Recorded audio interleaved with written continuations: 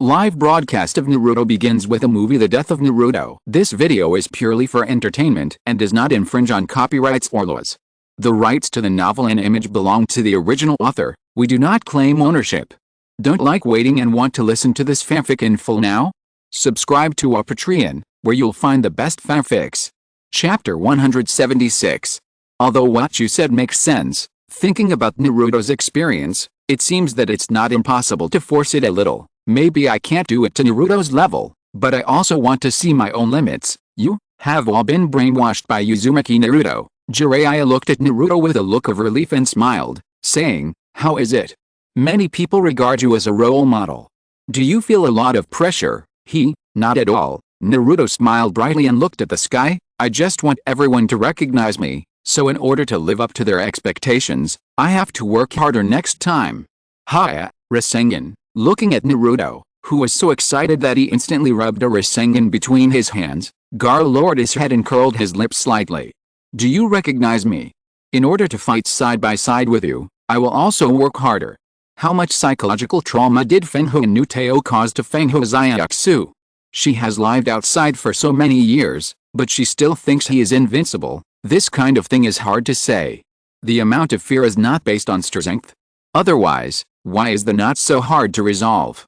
Why do people think Uzumaki Naruto is incredible? Here it comes, another classic plot.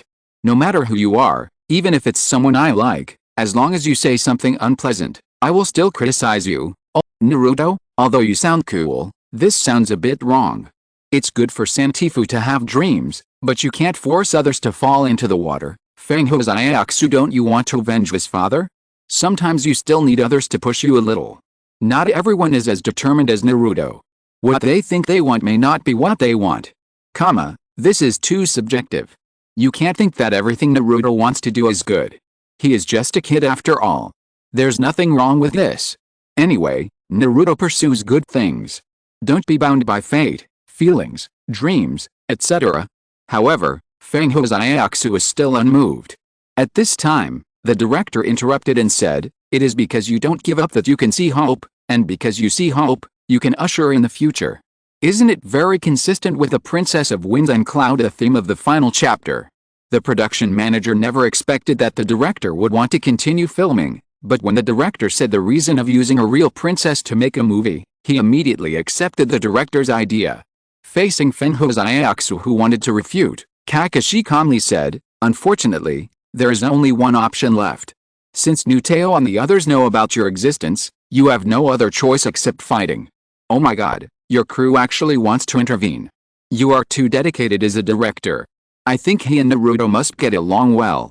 Kakashi, you actually agreed to continue the mission? Konoha will not refuse these additional tasks. To what extent do you want to destroy the market before you are satisfied?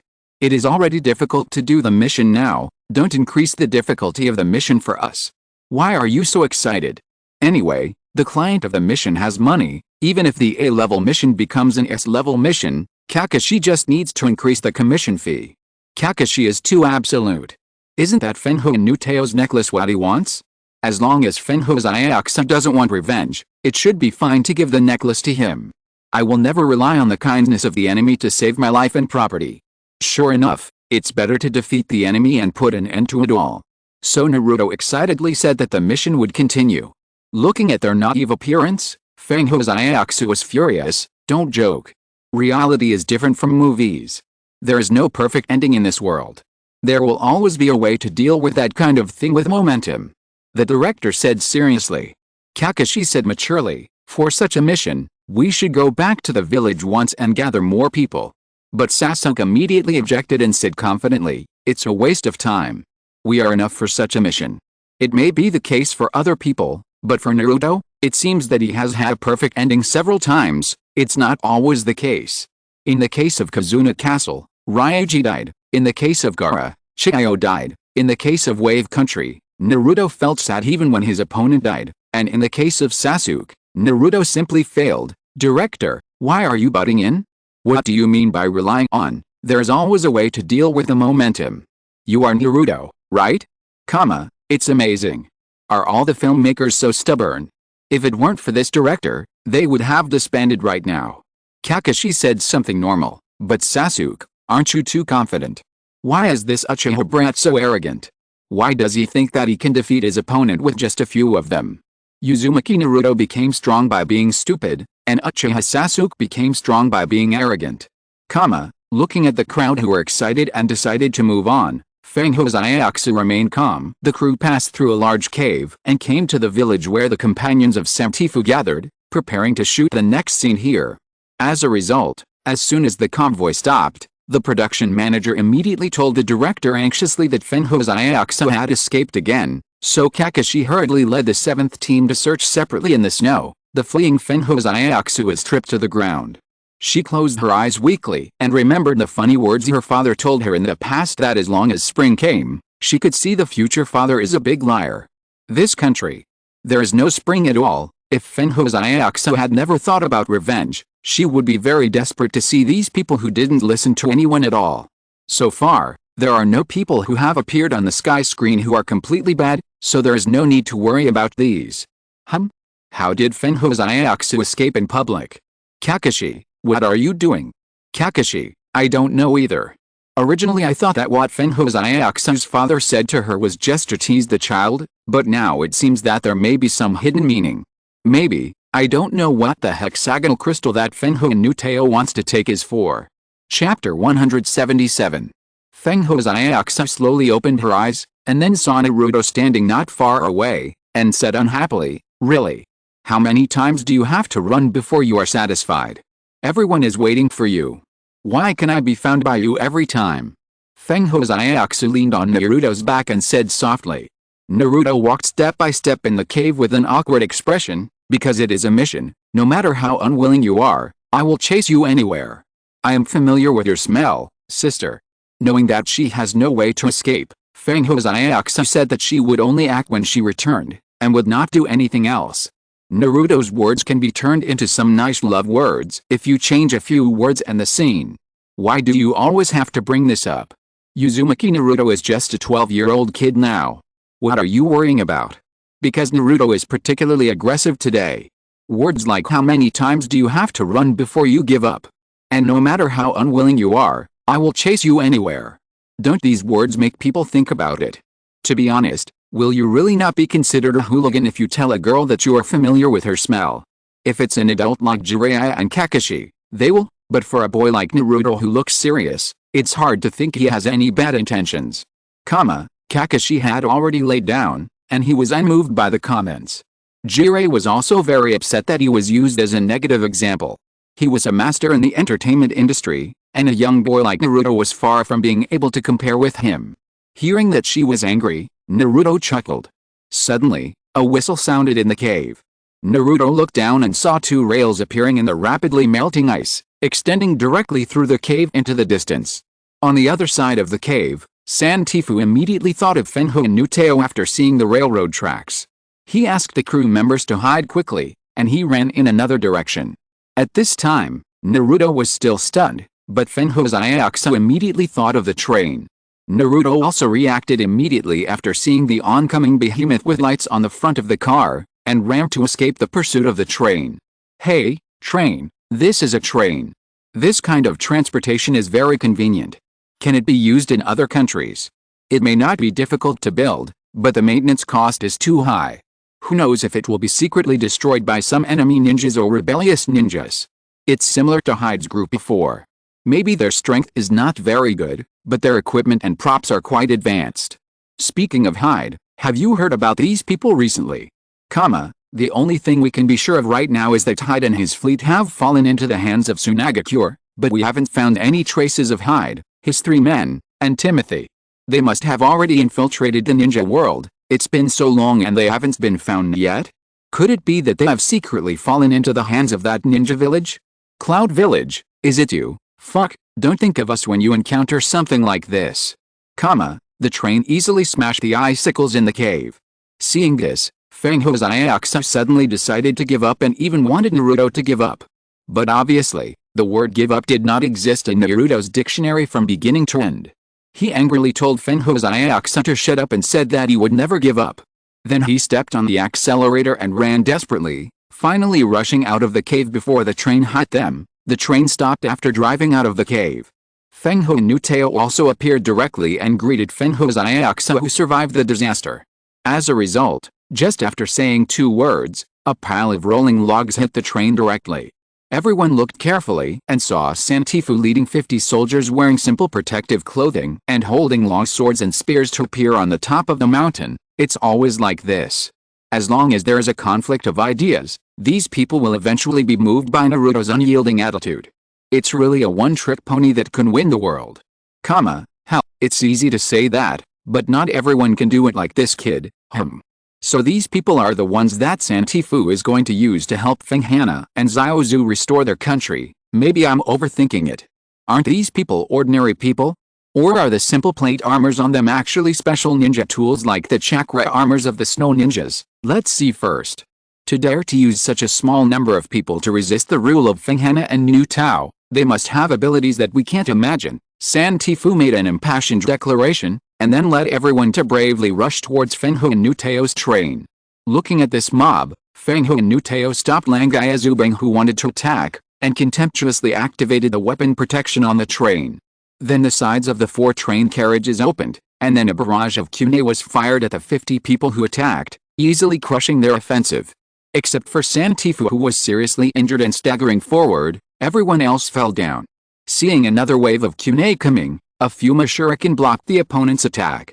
Sasuke, who was hiding in the snow, jumped up and shot a detonating talisman to ignite a train carriage. They are all ordinary people. No, I don't understand what this is. Where on earth did you get the courage to charge?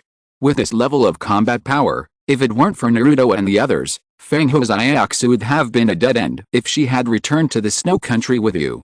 Besides your loyalty, there is nothing else to praise. Santifu, you should take good care of your princess, and let others fight.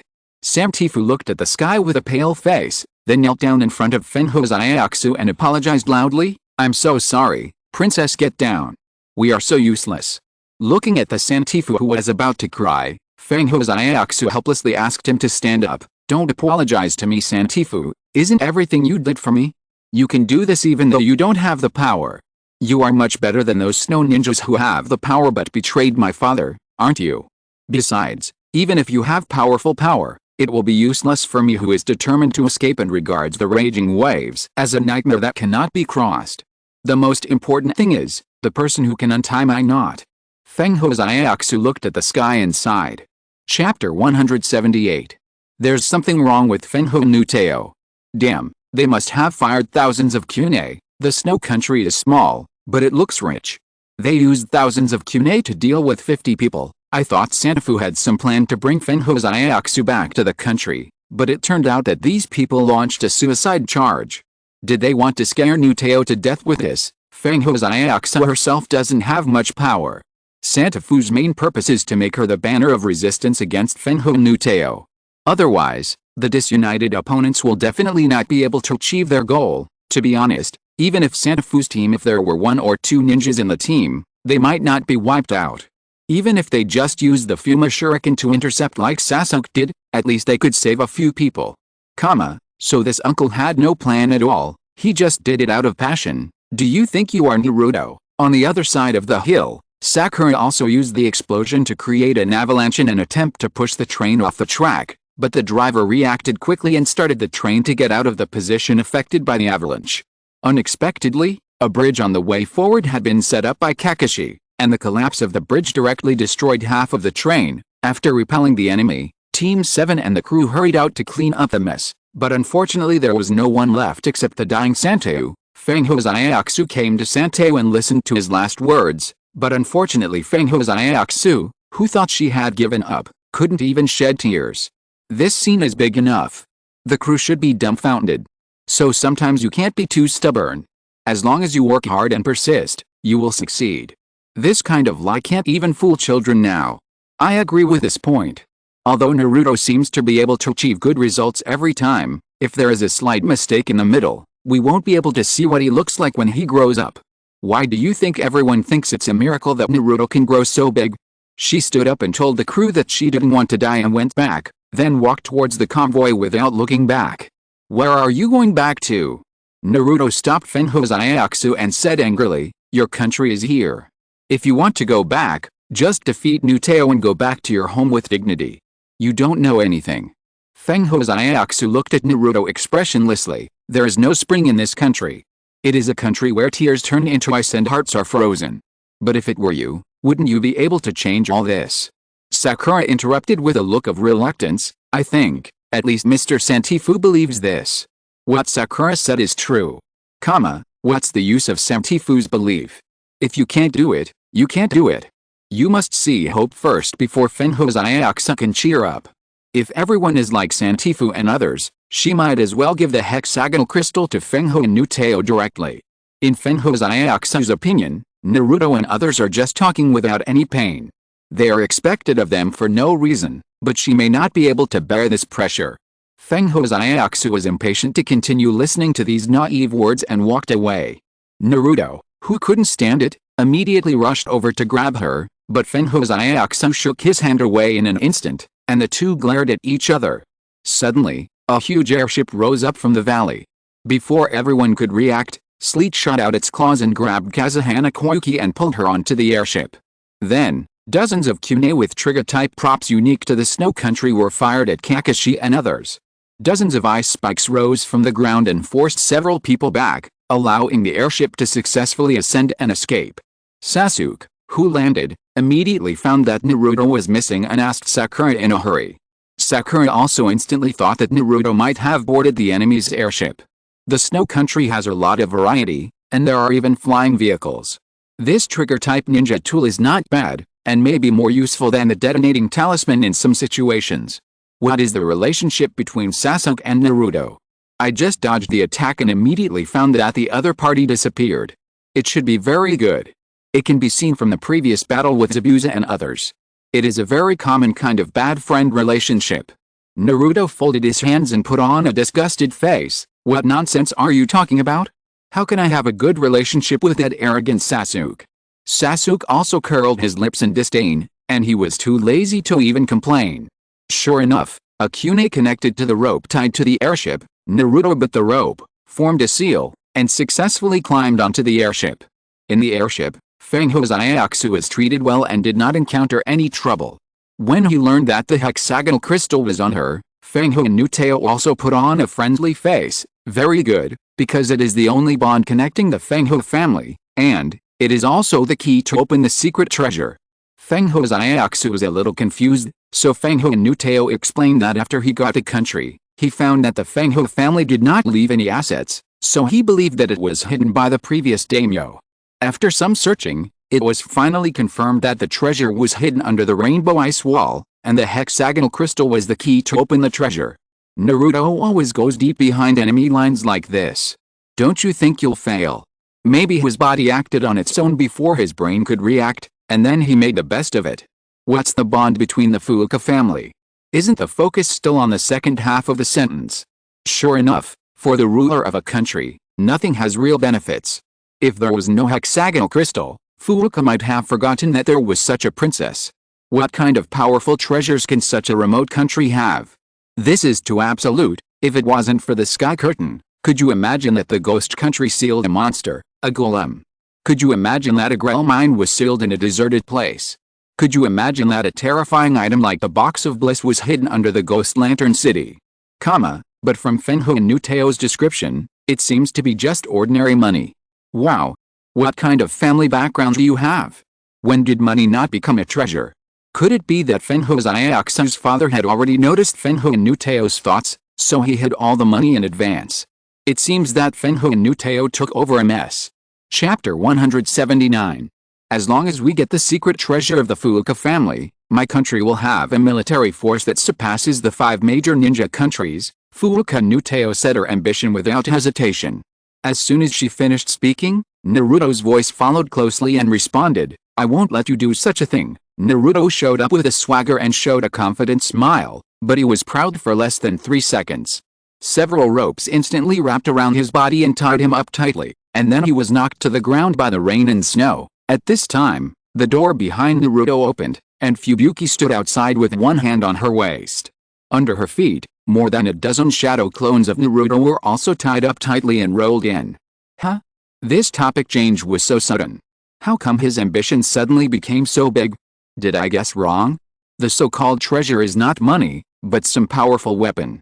Maybe, after all, he even said that he was superior to the 5 major countries. If there really was some powerful weapon, why was the previous daimyo of the Snow Country usurped? Well, maybe the treasure is just ordinary money. As for Feng and Nuteo's confidence in saying that he was superior to the 5 major ninja countries, it probably means that he can vigorously develop the chakra armor after he has money. If that's the case, I'll laugh at this clown. He thinks his country of snow is the best in the world in terms of technology, right? Please be considerate. After all, he is from a small place. It's understandable that he doesn't have much experience. He can only be a rival to the 12-year-old Naruto. If he wants to conquer the world, he should at least cross the... Naruto, what's wrong with you? You're kneeling before I've finished talking. I will never understand Naruto's train of thought. It's fine if he breaks into the enemy camp alone, but why does he show up so brazenly, with a bunch of shadow clones? You didn't think about acting in secret. You can show up if you want, but at least be alert. How could you be caught by a few soldiers? Really, I really don't understand how your brain works. Jiraiya looked at Naruto with disdain. It's okay if you didn't act secretly, but why were you caught so easily? Naruto also knew that his actions on the sky were problematic, but he still retorted unconvincedly, what about you, the lecherous sage? Can you always see through the opponent's traps? Jiraiya subconsciously recalled the lousy trap he stepped into when grabbing the bells at graduation, and his mouth twitched slightly, but he still said shamelessly, of course, who do you think I am? I am a fairy, not like a brat like you. A fairy who was easily knocked down by the seduction technique. It's really amazing. Don't talk about that. Langai Azubeng also appeared and apologized to Fengho and Nuteo. Several people discussed Naruto's special chakra, and then Fengho and Nuteo asked Langai Azubeng to place a hexagonal device with a yin and yang symbol in the middle on Naruto's abdomen. Naruto screamed and fell to the ground under the electric current released by the device. Fengho and Nuteo watched this scene with satisfaction and answered Fengho Zaiaku's question. This is a chakra control device. It absorbs the chakra of the wearer and creates a chakra barrier around the body. Therefore, it is absolutely impossible to remove or destroy it. More than a dozen shadow clones dissipated in an instant under the influence of the device. Fengho Zaiaku watched all this expressionlessly, and then handed over the hexagonal crystal under Fengho and Nuteo's questioning. Again, have you, the Snow Country, put all your energy into developing equipment? I don't know if this operation can surpass the 5 major countries, but if you get a complete set of equipment developed by them, I feel that it can still form a good combat power. Isn't this chakra control device an equipment type Shian Leo Jutsu? One piece of equipment is equivalent to a secret technique inheritance. From Fengho and Nuteo's description, why does it feel that the principle of their chakra armor is similar? It is absolutely impossible to remove or destroy it? It's better to say less about such bragging in the future. You, a small country of snow, have seen a few strong people. You don't think that the strongest in other countries is at the level of Kakashi? Kakashi, who was shot for no reason. Is it true that the fate of becoming a unit of combat power measurement is inevitable? Unexpectedly, Fengho and Nuteo, who had already revealed an excited smile, changed his expression the moment he got the hexagonal crystal. He grabbed Fengho Zaiaku's collar and yelled that the hexagonal crystal was fake. Fengho Zaiaku then realized that Kakashi had swapped it before. So that's it. If that's the case, if it were a man, this would be foreseeable. Langai Avalanche was not surprised by this development, and then he heard Fubuki confidently ask, then let's go and bring Kakashi here now. That's not necessary. Fengho and Nuteo shook off Fengho Zaiaku and crushed a fake hexagonal crystal in his hand. Those guys will appear in front of me soon, let's wait until then. Luckily it's Kakashi, otherwise Naruto and his mission would have failed directly. No, treasures are not important, the key is to defeat Fengho and Nuteo. I say, when you snow ninjas developed these equipment, you didn't take Kakashi as an imaginary enemy, right? Why do you sound as if you can catch him back as long as you take action? Even if that was Kakashi 10 years ago, how can it be compared with now? A towering castle built on the edge of a cliff, with dozens of eerie dungeons underneath. Naruto was hanging in one of the cells trying to break free from the restraints on his hands. Unfortunately, as long as Naruto refined his chakra a little, the device on his abdomen would immediately release a large amount of electricity, so that he had no strength to tear off the shackles on his wrists. Naruto said in annoyance that he would have practiced more escape techniques earlier. However, facing such a predicament, Naruto did not intend to give up. He curled up his body with difficulty and bit a blade from his shoe. However, before he could start to act, he saw Fengho's Ayakusa being taken to the opposite cell by two snow ninjas. Only at this time can Naruto think that he needs to master some ninja skills. Except for combat skills, Naruto will not fail in other basic skills. It seems that it's okay. At least small tools such as blades are well prepared. Chapter 180. Naruto pretended to be unconscious until the two snow ninjas left, and then he looked at Fengho's Ayakusa, who was sitting on the ground with her knees hugged and curled up. Fengho's Ayakusa also noticed Naruto's gaze. After the two exchanged a few words, Naruto suddenly asked, "Spring? What do you mean when you say there is no spring?" Fengho's Ayakusa stopped being upset at this time and told Naruto about the spring her father had told her. It was a pity that even if her father said that she could see spring as long as she didn't give up, in the snow country, spring would always only exist in fantasy. Looking at Fengho's Ayakusa, who had been saying discouraging words, Naruto rarely spoke back. He bit out more a blade from his collar, then raised his body and sawed the chains that bound him. Here we go, entering the stage of talk therapy that Naruto is familiar with. Why are these people acting as if they had agreed on something? One by one, they are telling Fengho's Ayakusa not to give up and to just hold on. It's just to make it easier for Naruto to untie her knot in the future. What's the brain circuit of Fengho's Ayakusa's father? Spring won't appear even if he holds on. No wonder Fengho's Ayakusa is so depressed. It's just a lie to children. Fengho's Ayakusa smiled bitterly at the sky.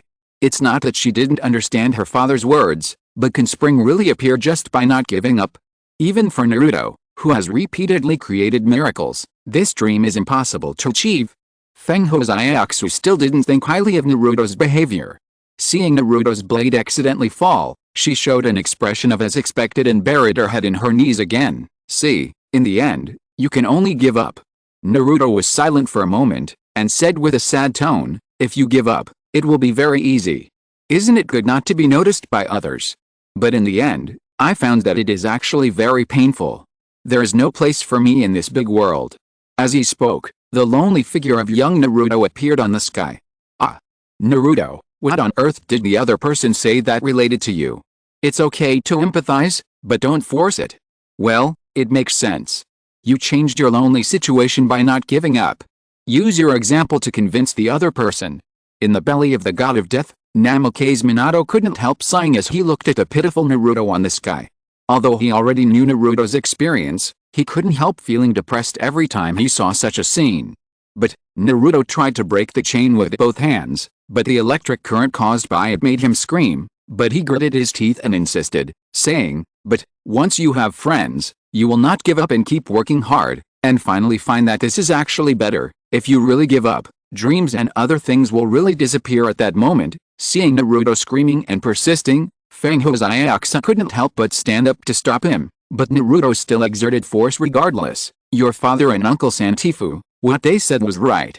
I want to prove it to you." Naruto said several key words in a row: friends, never give up, and dreams. I won't be surprised by anything that happens next. Naruto really likes to take his companions for a stroll in his memories whenever he wants, and then he will be instantly full of energy, which feels much better than the food pills and blood pills. I seem to see Tsunade in his memories, which means that Naruto has already learned the Rasengan at this time. With words and actions, it would be strange if Fengho's Ayakusa is not convinced. After all, it's not a big knot. Damn, breaking free from the chains makes you so excited. So the chains were successfully torn off under Naruto's insistence. He struggled to prop up his body and showed a smug smile to Fengho's Ayakusa. "Now, I'll save you." As a result, as soon as Naruto touched the iron bars of the prison door, a current far greater than before instantly hit him and knocked him to the ground. Fengho's Ayakusa looked at Naruto, who was motionless, with an expression of reluctance, and then showed a serious look as if she had made up her mind. At the same time, a violent explosion suddenly occurred in a corner of the castle.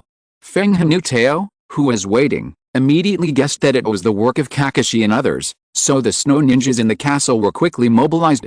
It seems that this chakra control device is still a little worse than the heavenly prison technique. At least Naruto can still hold on and exert force. Looking at the change in Feng and Zayaksu's expression, are you convinced? Naruto is so as the heroine, it would be unreasonable if she didn't show some expression. Look at the other snow ninja's clothes. I think my previous guess is correct. Apart from the 3 sets of chakra armor worn by Langaya, Feng and Nuteo may not have the money to make other ones. Who wouldn't go crazy looking for Feng and Zayaksu? I thought I had robbed the country, but it turned out to be so poor that even mice would cry. Just at this moment, 2 snow ninjas passed by the dungeon and found Naruto lying on the ground. They were not prepared, so they disarmed the trap on the cell door and went in to check, and then they were knocked down by Naruto, who pretended to be unconscious. I told you not to underestimate ninjas, Naruto said to Finghana Zayaksu handsomely while swinging the key. The 2 escaped successfully and came to a pier, where they met Kakashi disguised as a snow ninja. Under Finghana Zayaksu's questioning, Kakashi returned the real hexagonal crystal to her, and then Sasuke and Sakura also came to join them.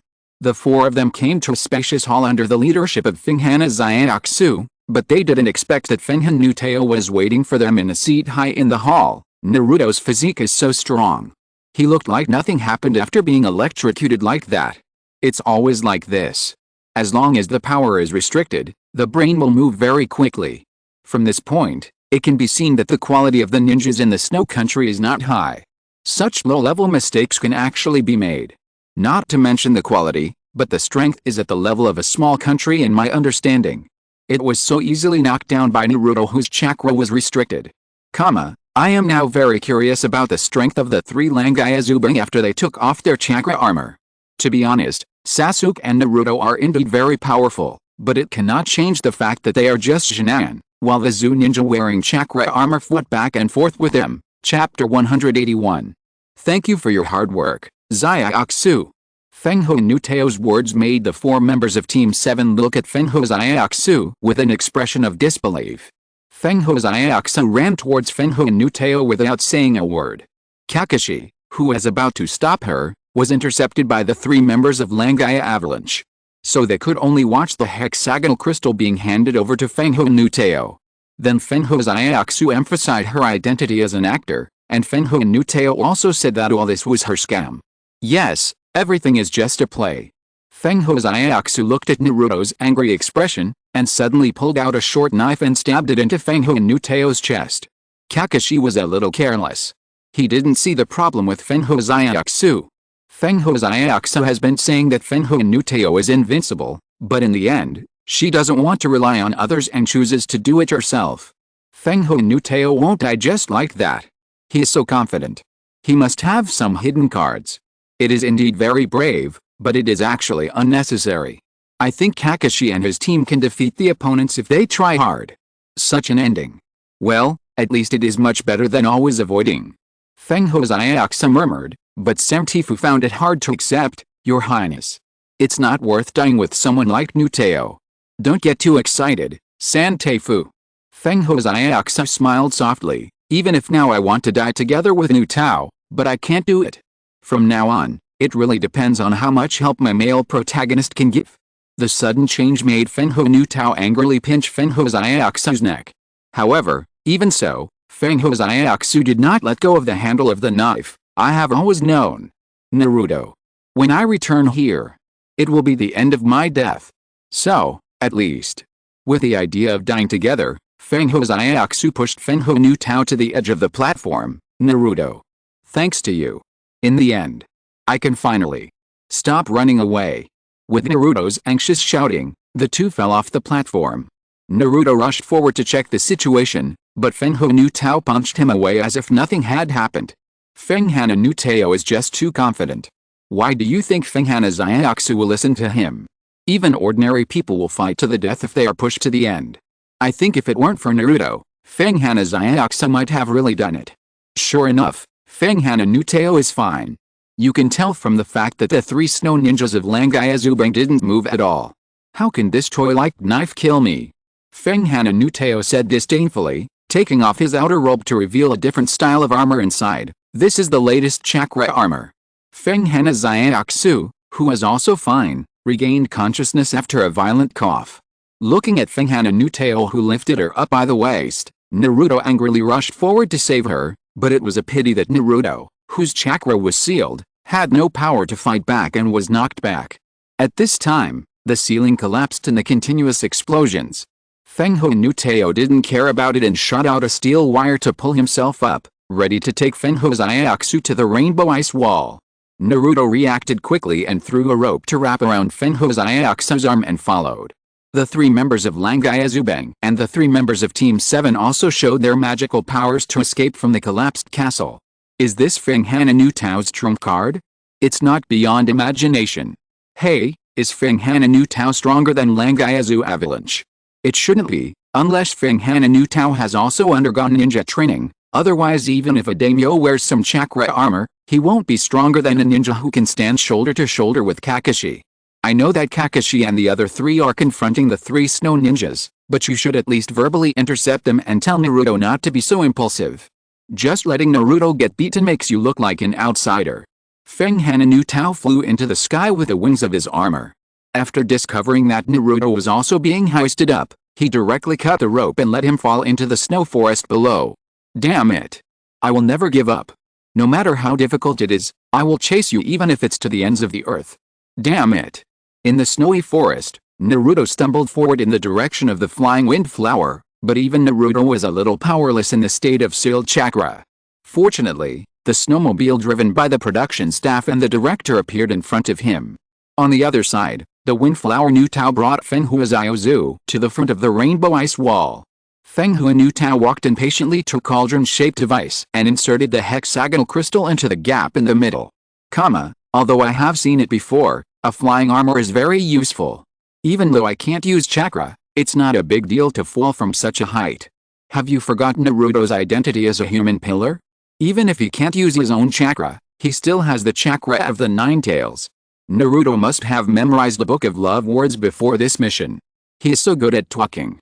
He won't give up even if he chases you to the ends of the earth. It would be better if Naruto was a little older, such as letting Naruto in his youth come. Well, if it was that Naruto, he would come up with hundreds of shadow clones, and then each of them would have a Rasengan to smash the opponent's chakra armor to pieces. The story might end when the enemy just showed up. So the group of Fuuka Noodle can only embarrass the young Naruto. Don't expect them to be very powerful. What about Zabuza and Haku? These 2 are special cases. If Kakashi and Zabuza are replaced, Haku lost to Naruto because he was too kind. Don't forget that they also performed well during the Ninja World War. Ha. I feel that Naruto can also be used as a reference standard for combat power like Kakashi. Everyone can substitute themselves and fight with Naruto at that time. I think it's okay to fight Naruto in his youth. As long as I do this and then that, I believe it's okay to knock down Naruto. I should be able to fight with that golden Naruto in my dreams. Chapter 182. Damn it, are these people looking down on me? I won't lose to them. Naruto gritted his teeth and watched a series of bullet screens discussing how to defeat him, which made Gaara on the side couldn't help but smile and said, as for me, I also want to fight with you in your youth. Huh? Why is it me in my youth? Naruto was stunned at first, but this time his mind turned quickly, and he immediately said angrily, do you mean that I am not your opponent now? I'm sorry, Naruto, maybe your strength in the future will be far superior to mine, but now you are not even proficient in the Rasengan, you can't be my opponent. Gaara let the sand surround his body, and said in a serious tone, I hope to fight side by side with you all the time, so I regard you in the future as my goal, so I also hope that you can be your opponent now. I'll be your target too. Looking at Gaara's serious face, Naruto felt embarrassed. To hide his emotions, he raised his head arrogantly and said, then you better be careful. If you walk too slowly, I'll overtake you in no time. Then, just wait and see. Aha, the crew is still hanging around here. Did you see the camera on their car? They're really risking their lives to make a movie. Sure enough, the director who can say that is not an ordinary person. Come on, let's see what the treasure of the Fuuka family is. A turquoise light instantly extended from the keyhole to the surroundings, connecting to the 6 huge ice walls around it. The dazzling light formed a snowflake pattern on the ground. At the same time, Sasuke and Sakura were running in the snowy forest, avoiding the pursuit of Fubuki and Sleet. The 2 came to a suitable location. Sasuke laid a net trap in the bushes under Sakura's instructions, and then the 2 separated to deal with an enemy respectively. Sleet, who was riding a skateboard, noticed their movements, but still rushed straight over without paying any attention. Sakura faced Sleet and methodically opened her outer robe to reveal dozens of kune with small bags tied to the ends. It's quite a big scene. Is it some kind of sealing technique again? Even if it's not a sealing technique, it must be some special technique. Otherwise, wouldn't Feng Han and Nu Tao just dig the entire rainbow ice wall open? Sakura is actually instructing Sasuke to act. Can she let go of her hands and feet now that the object of protection is gone? I thought she was the same as in the Land of Waves, and didn't have to fight the whole time. Although she is still a teenager, and may not have learned Tsunade skills yet, don't think Sakura is bad. Didn't she kill a wolf girl alone during the Greyer incident? In fact, if you compare it with a mission in the Land of Waves, you will know the difference. One has long hair and the other has short hair. Sakura, who is looking at the sky, touched her long hair. Should she cut her hair like the sky? Pulling a bunch of long hair in front of her eyes, looking at these hairs that carry her love, Sakura pondered for a moment and made up her mind. I am very greedy.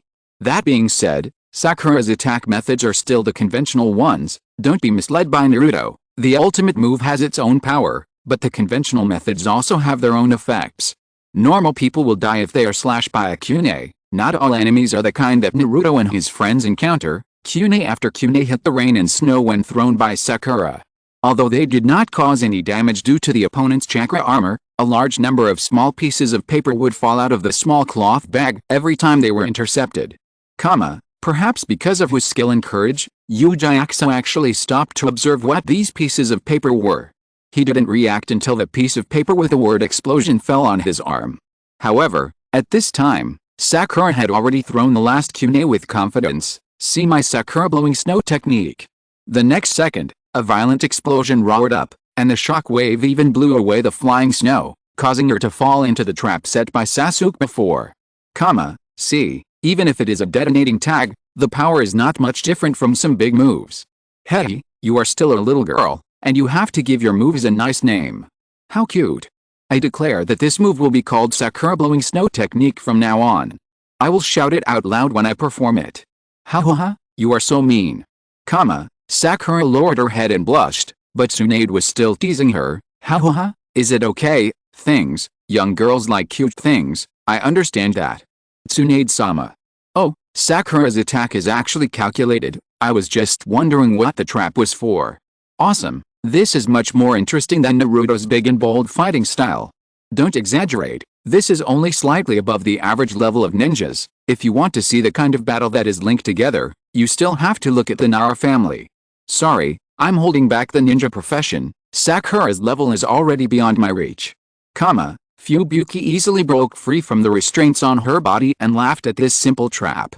At this moment, Sasuke, who had been hiding all the time, suddenly flashed behind Fubuki and shot her down from the air with a lion bullet, hitting the seemingly harmless Sleet at the center of the explosion. I never thought that the two people who could almost ignore the previous explosion would suddenly cause some kind of reaction when their armor cores collided and instantly destroyed each other. Sasuke was still a little confused, but Sakura immediately thought of something. In the third battlefield, Kakashi was confronting the Wolf Fang Avalanche. Sure enough, these snow ninjas can only be dealt with by physical skills. Hiss, these chakra armors are really something. The violent explosion just now only destroyed part of their armor. We have discussed this before. To break this all-round protection, it is best to rely on concentrated attacks. Although the explosion just now was very powerful, it was too scattered. It's not surprising that it can be resisted by chakra armor. Their armors exploded after colliding with each other. Is it because the energy core of the armors is unstable? Because they cancel each other out and produce some adverse reaction. From this development, the four opponents just correspond to the four people in Konoha. Fengho and Nu Tao will not be defeated by Naruto alone. If you're listening to this novel on a channel other than Fanfic World, it means they downloaded and uploaded it without effort. We cordially invite you to visit our channel, Mundo Fanfic Novelis. There you'll find the original version of this story, and you can explore many other novels of various genres. We're waiting for you to immerse yourself in a world of incredible novels. Chapter 183. Do you think you have a chance of winning, just because you ran away like a stray dog at that time? Langaya Avalanche challenged, but Kakashi was not affected and remained calm. I have no choice but to let you see my original ninjutsu. Kakashi performed Raikiri, and Langaya Avalanche also performed an ice escape, Langaya Avalanche technique. The rolling snow turned into several snow wolves rushing down from the top of the mountain. Unfortunately, Kakashi dodged them one by one. A snow wolf blocking the way was easily crushed by his Raikiri, and a fierce blow hit the chakra defense wall around Langaya Avalanche's body. Langaya Avalanche is obsessed with defeating Kakashi 10 years ago. Can you tell us about other achievements to open our eyes? The more you emphasize something, the more you lack it. Maybe he has only defeated Kakashi, a person of importance, in his entire ninja career. The key is that Kakashi was not very famous 10 years ago. He just made his name in these 10 years. Why is the conversation between these two people so familiar? It feels like Kakashi has also said the same thing to a certain member of the 7 Ninja Swordsmen. Ha. Every time Kakashi is questioned, he always uses his signature ninjutsu to prove it. Langaya Avalanche is quite narcissistic. He uses his own name as the name of his move. It's called Ice Release, but it feels more like Snow Release. After all, it's not a blood limit, and it's really a bit worse than the original one. The core of the armor installed on the shoulder was slightly cracked under Kakashi's attack.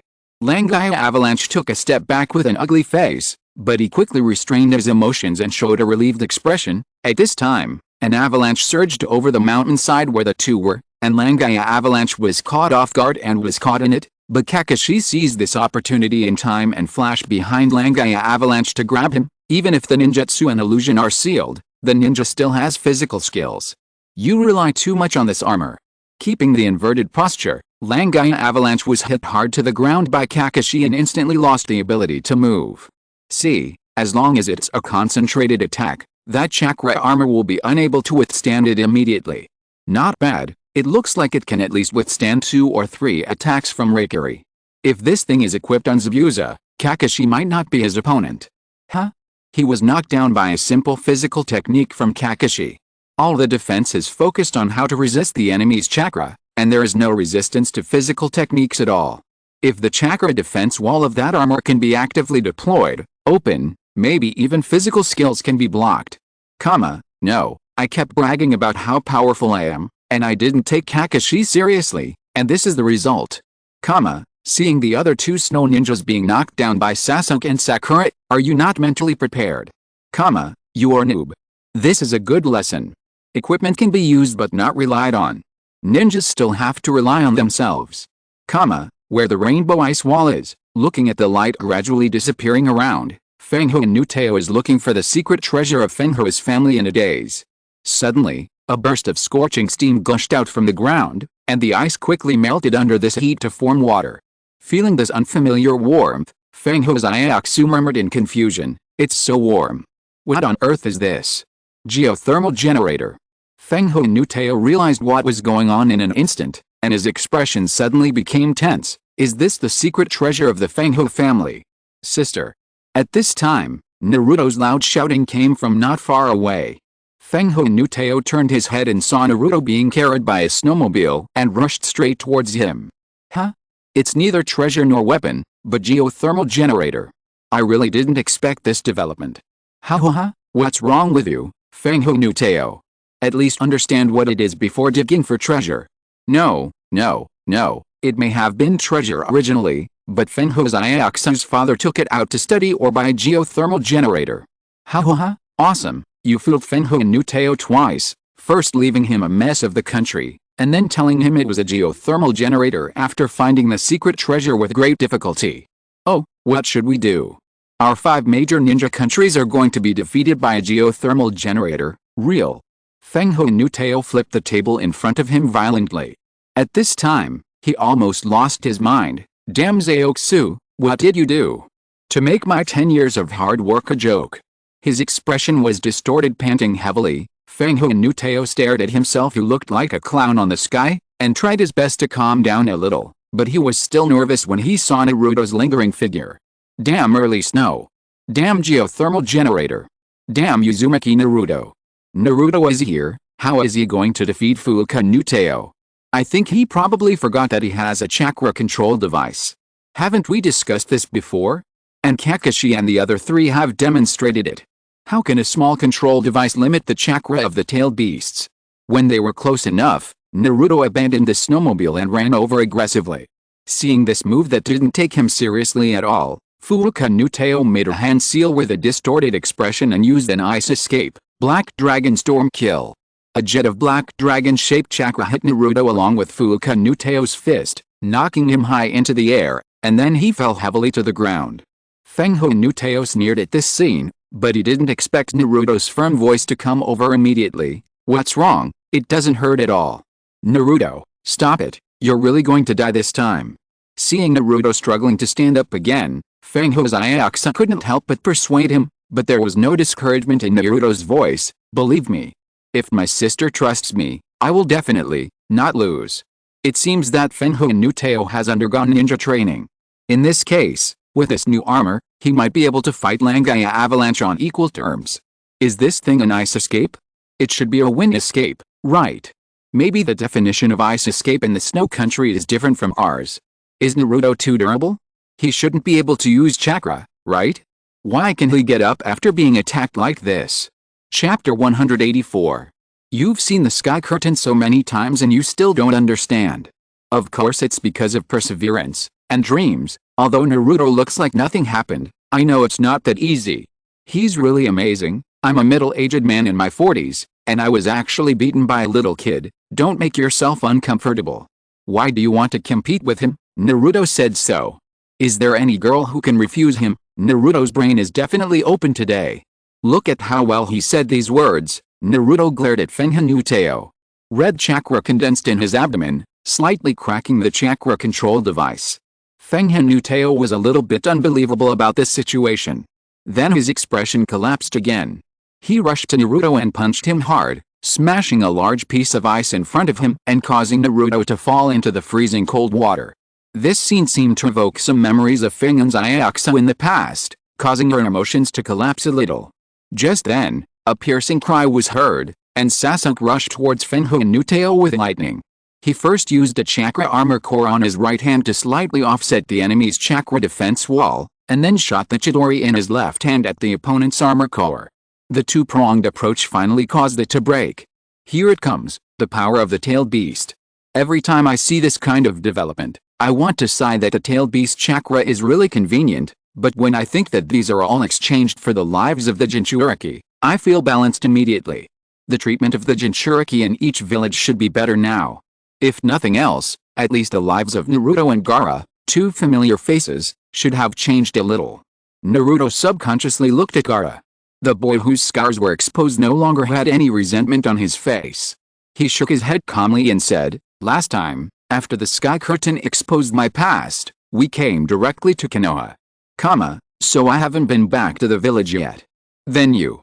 Naruto stammered, and didn't continue because of some concerns, but Gaara immediately understood his thoughts and responded with a chuckle. "It's impossible to say that I have no resentment towards the village, but since I regard you in the future as my goal, I will naturally make changes. Becoming the 5th Kazekage may be a good choice." "Really? Then let's compete and see who will become the shadow of our respective villages first." Naruto challenged Gaara with high spirits, and Gaara readily agreed. Looking at the two brats who were so arrogant, Jiraiya didn't speak to laugh at them, because he knew very well that it was these young people who would change the future. What's the difference between Sasuke's Chidori and Kakashi's Raikiri? The names are different. The purple-red thing on Sasuke's right hand should be the armor core of the other two snow ninjas. Sakura seemed to have noticed the problem before, so Sasuke immediately took advantage of it. "Sasuke is here, where are you, Kakashi? Why do I feel like Naruto is always the one to deal with the most difficult enemies?" "Kakashi, you're a Jonin. You're always slacking off. Isn't that appropriate?" "It's not just Kakashi. Neji and Shikamaru are the same. They always assign the most difficult part of the mission to Naruto." Kakashi's expression didn't change at all. This level of accusation couldn't affect his mood. Neji's face twitched a few times. Why did he get shot for no reason? Shikamaru pouted unhappily. "What does it have to do with me? I'm still a Jonin now." Fengho Nuteo reacted and swung his arm to send Sasuke flying and smashing a piece of ice rock. Looking at Fengho Nuteo, who thought his defense was invincible, Sasuke murmured with the blood on the corner of his mouth, "Naruto, the protection circle is broken. It's up to you next." Naruto, who fell into the ice water, seemed to have heard Sasuke's cry. He opened his eyes with difficulty and said to the nine tails in his body, "Hey, fox monster, now is not the time to pretend to be deep, let them see your tolerance." Inside a huge door with a ceiling talisman, a pair of eyes with red lights suddenly appeared. The next second, Naruto's chakra control device in his abdomen completely collapsed. Everyone is looking forward to Naruto. Can't they think about Kakashi? Kakashi, you are a Jonin and you have no dignity at all. Sasuke has a normal physique. He vomited blood immediately after being knocked away. Unlike Naruto, who fell from a high altitude, was knocked away, and fell down again. I have nothing to do with myself. You need capital to be reckless. This kind of physical quality is the confidence that Naruto can grow up smoothly. Naruto, why are you talking to the nine tails like this, as if it is the protagonist? Ha. Does Naruto talk to the nine tails like this every time he uses the nine tails chakra? This is not the nine tails I imagined. Why are you so obedient? Shouldn't you scold back and ignore Naruto at this time? The movement is so small, it feels like I just moved my body, and the chakra control device broke down. The ice layer under his feet shook violently. Fengho and Nuteo looked at the water behind him with doubts, which was emitting red light. Then, with a bulging of the water, dense shadow clones rushed out of the water. The previous favor is now returned to you with interest. Naruto rushed into the air and shouted to Fengho and Nuteo below with high spirits. Fengho and Nuteo would not sit still and wait for death. He used the move of Double Dragon Storm Kill. Two dragon-shaped chakras under his control engulfed Naruto's shadow clone and formed a black tornado. It's over. It's over no matter what it is now. Ha. Fengho and Nuteo showed a smile that was uglier than crying. Fengho's Ayaksu also lowered her eyes, but soon opened her eyes wide and looked at the hazy figure in the diffuse ice mist. Finally here, Naruto has not used the human wave tactics all the time. I'm not used to it. The human wave tactics that last less than 5 seconds. It unfolds as expected. Naruto's shadow clone can only serve as an atmosphere group forever. Although this is not the correct use of the shadow clone, Naruto, have you ever defeated the enemy with a shadow clone? The windflower and the raging waves are not just talking about Naruto, they are talking about him, of course. 10 years of hard work in exchange for a geothermal generator, who can bear it? Chapter 185. Did I say it's too early? Fengho's Ayaksu showed a surprised expression, and saw Naruto and his shadow clones condense the Rasengan, and then said one by one, the so-called ending is that justice wins and evil fails. It is definitely a perfect ending. Unprecedented excitement filled her heart, and Fengho's Ayaksu shouted to Naruto, Naruto, I believe in you, you are the strongest ninja recognized by Princess Fengyun, I know. Of course, Naruto responded, and then rushed straight to Fengho and Nuteo with his shadow clone. Although it's not the first time, I'm still excited to see Naruto turn the tide. Damn it, he always acts so handsomely, which makes the blood of an old man like me boil. Damn it, it's just a childish remark by a little kid, I absolutely don't admit it. There is no rule that justice triumphs over evil in the ninja world, and perfect endings only exist in movies. Come on, even Fengho's Ayaksu, the person involved, has admitted it, so you irrelevant people should stop making trouble. I support Naruto too, he will definitely become the strongest ninja. It's like this every time, it makes me embarrassed. Naruto smiled like a chrysanthemum. Although he has been taught not to substitute himself on the sky screen, seeing himself acting so handsomely, plus a lot of strangers praising him, Naruto's heart is still somewhat flattered.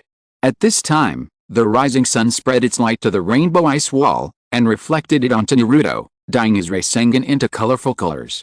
Kakashi and Sakura, who hurried over, witnessed this scene, colorful chakra, just like in the movie. Kazakura Koyuki was also shocked by this incredible scene, but Kazakura Ryuto, whose efforts were in vain, could not appreciate it. With an extremely distorted expression, he swung his arm to knock away Naruto's shadow clone, but revealed an opening in his body, allowing Naruto to press the Rasengan right on the core of his armor on his chest. Watch this. Rasengan. The Rasengan tore through Kazakura Ryuto's chakra defense wall, spinning him and knocking him into one of the rainbow ice walls. What is this? Even the sun is cooperating with Naruto to show off. I laughed at the content of the movie before, what colorful chakra, now it seems that the real clown is me. It's really just like the movie, it's too romantic. There's something wrong with Fengho Nuteo. He only knocked away Naruto's shadow clone, and then let Naruto's real body hold the Rasengan and press it against his chest. Maybe he is confident in his armor. He didn't make any defensive moves from beginning to end. Dense cracks appeared on the ice wall, accompanied by the shedding of the surface ice. The next second, the ice and snow within dozens of miles melted instantly, and the white snow scene was replaced by a green meadow. Fengho Zaiatsu looked at the miraculous changes around her in disbelief. What she didn't expect was that her father's voice rang in her ears at this time. Believe in the future, then spring will surely come. What does Zaiatsu want to do after spring comes? In the center of the rainbow ice wall, accompanied by the voice of Fengho Zaiatsu, a holographic image of the young Fengho Zaiatsu appeared there. Huh? Hey, what happened suddenly? Are you under an illusion? No, no, no, this is not the effect that a geothermal generator can achieve. What is buried under the rainbow ice wall? I accept melting the ice and snow, even if the melting range and speed are a little exaggerated, but it's too much to have grass and birds blooming in an instant. It feels more exaggerated than the previous grayer mine. Where did you buy this geothermal generator? Or did you develop it yourself in the snow country? Do you have the intention to sell it? It is definitely not a simple machine. There must be other forces involved, maybe like rare special power, otherwise this technology is too exaggerated. What is this image that appears out of thin air? It seems to be just a filmed image, but it doesn't need a movie screen to play directly out of thin air. How many things are hidden in your snow country? Looking at her young self who was innocently and yearningly talking about wanting to be a princess, Fengho Zaiatsu murmured, I said that before. Sasuke, who was not fully recovered, lay on Sakura's lap, and together with Kakashi and the crew, quietly watched the interaction between Fengho Zaiatsu and her father in the holographic image, watching them in a harmonious and peaceful atmosphere. Fengho Zaiatsu shed tears as she watched Fengho Zaiatsu put on a hexagonal crystal necklace for Fengho Zaiatsu and watched her father, who seemed to be gazing at her across time and space. But Zaiatsu is still worried about one thing, because she still has a dream. The little princess turned her head and looked at her father, actress. There is actually a sublimation at the end. If Naruto and the others hadn't succeeded, Fengho and Nuteo would have been mad to death after seeing this treasure. A princess who wanted to be an actress since she was a child, became an actress after her country was destroyed and her family was ruined, and then hated this profession, and finally was pulled back by Naruto. A story of ups and downs, summarized by your words. Fengho Zaiatsu, who was already stunned after seeing the picture of spring returning to the earth, never expected to see her father and her childhood self again, and listened to herself telling her wishes with a childlike face. Fengho Zaiatsu was like herself in the sky. She also shed tears, and finally couldn't help laughing. Since my father left me a gift, it would be too much for me to continue to worry about gains and losses.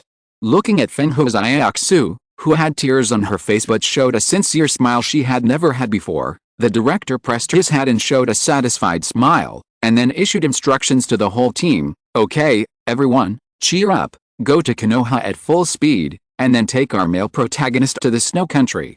Director, I obviously lied to you, but I didn't expect you to be willing.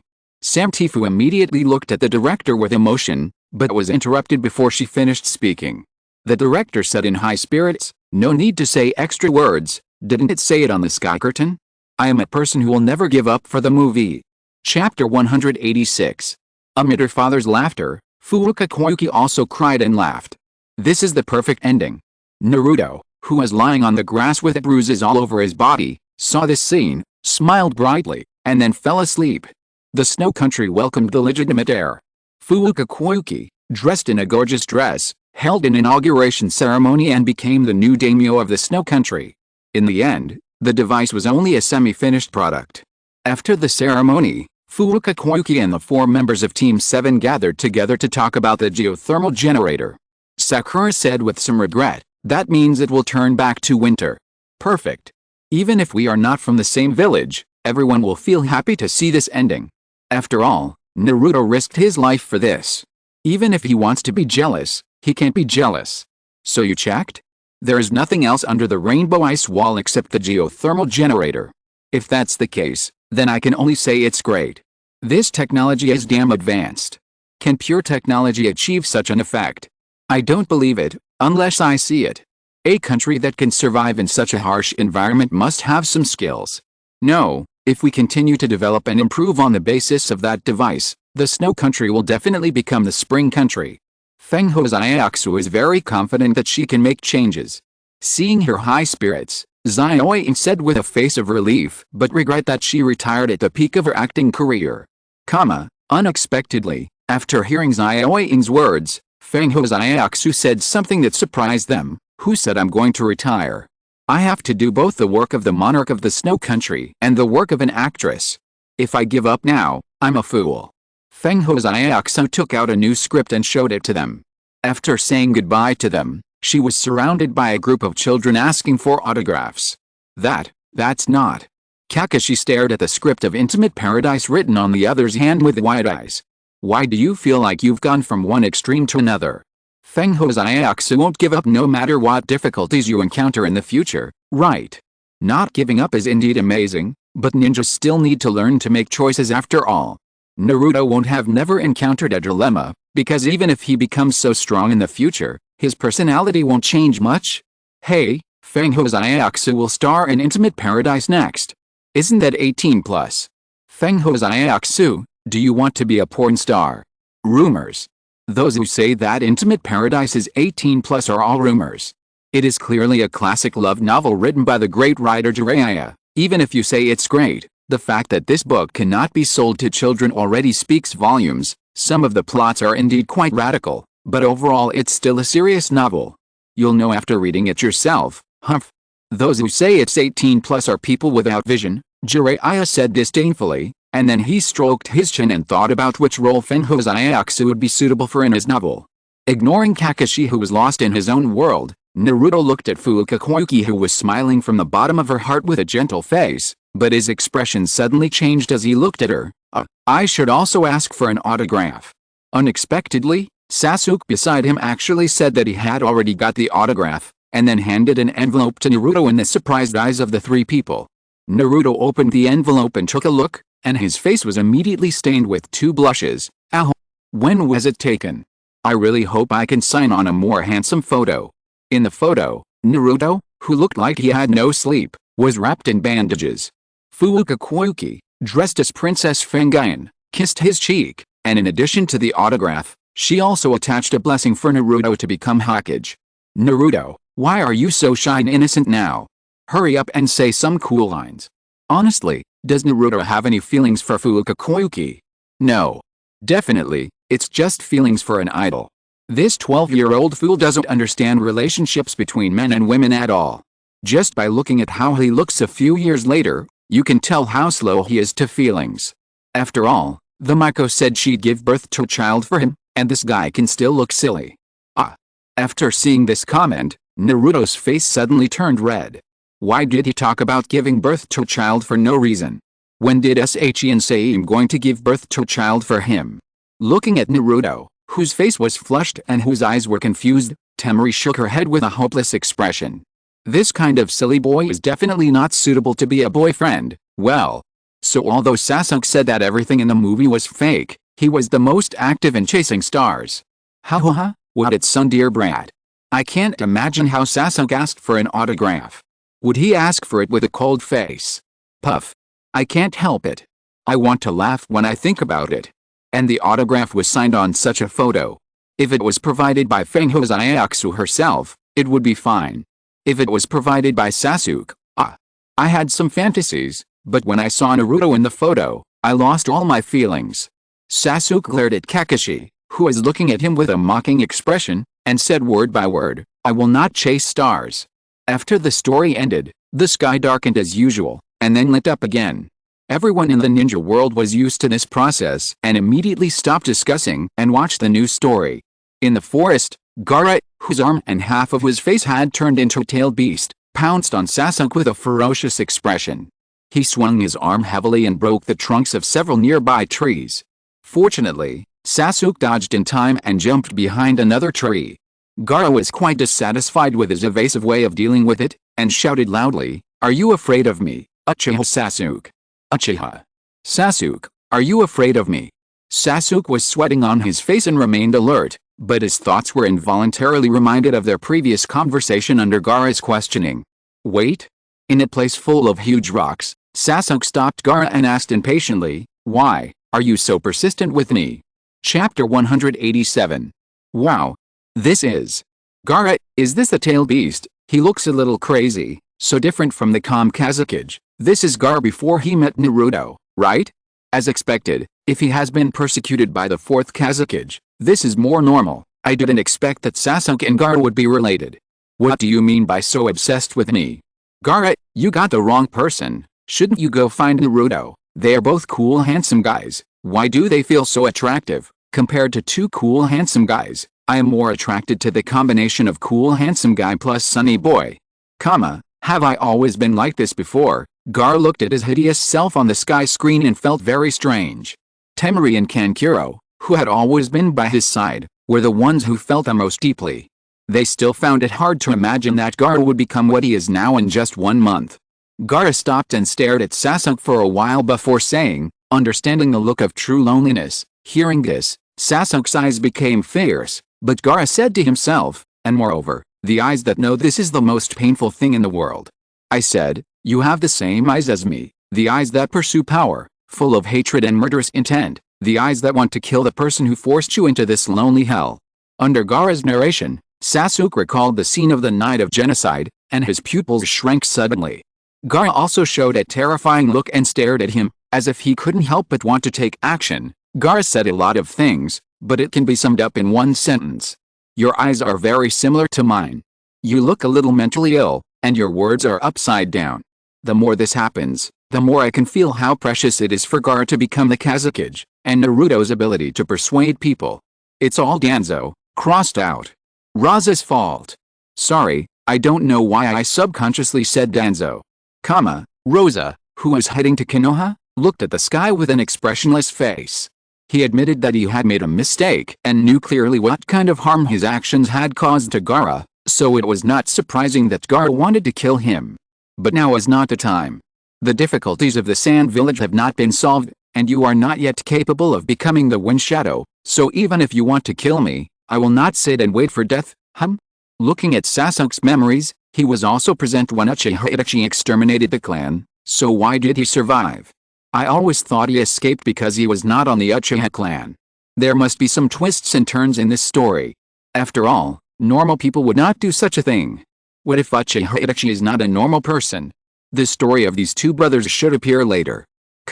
Sasuke, with a gloomy face, stared at the memories that flashed across the sky.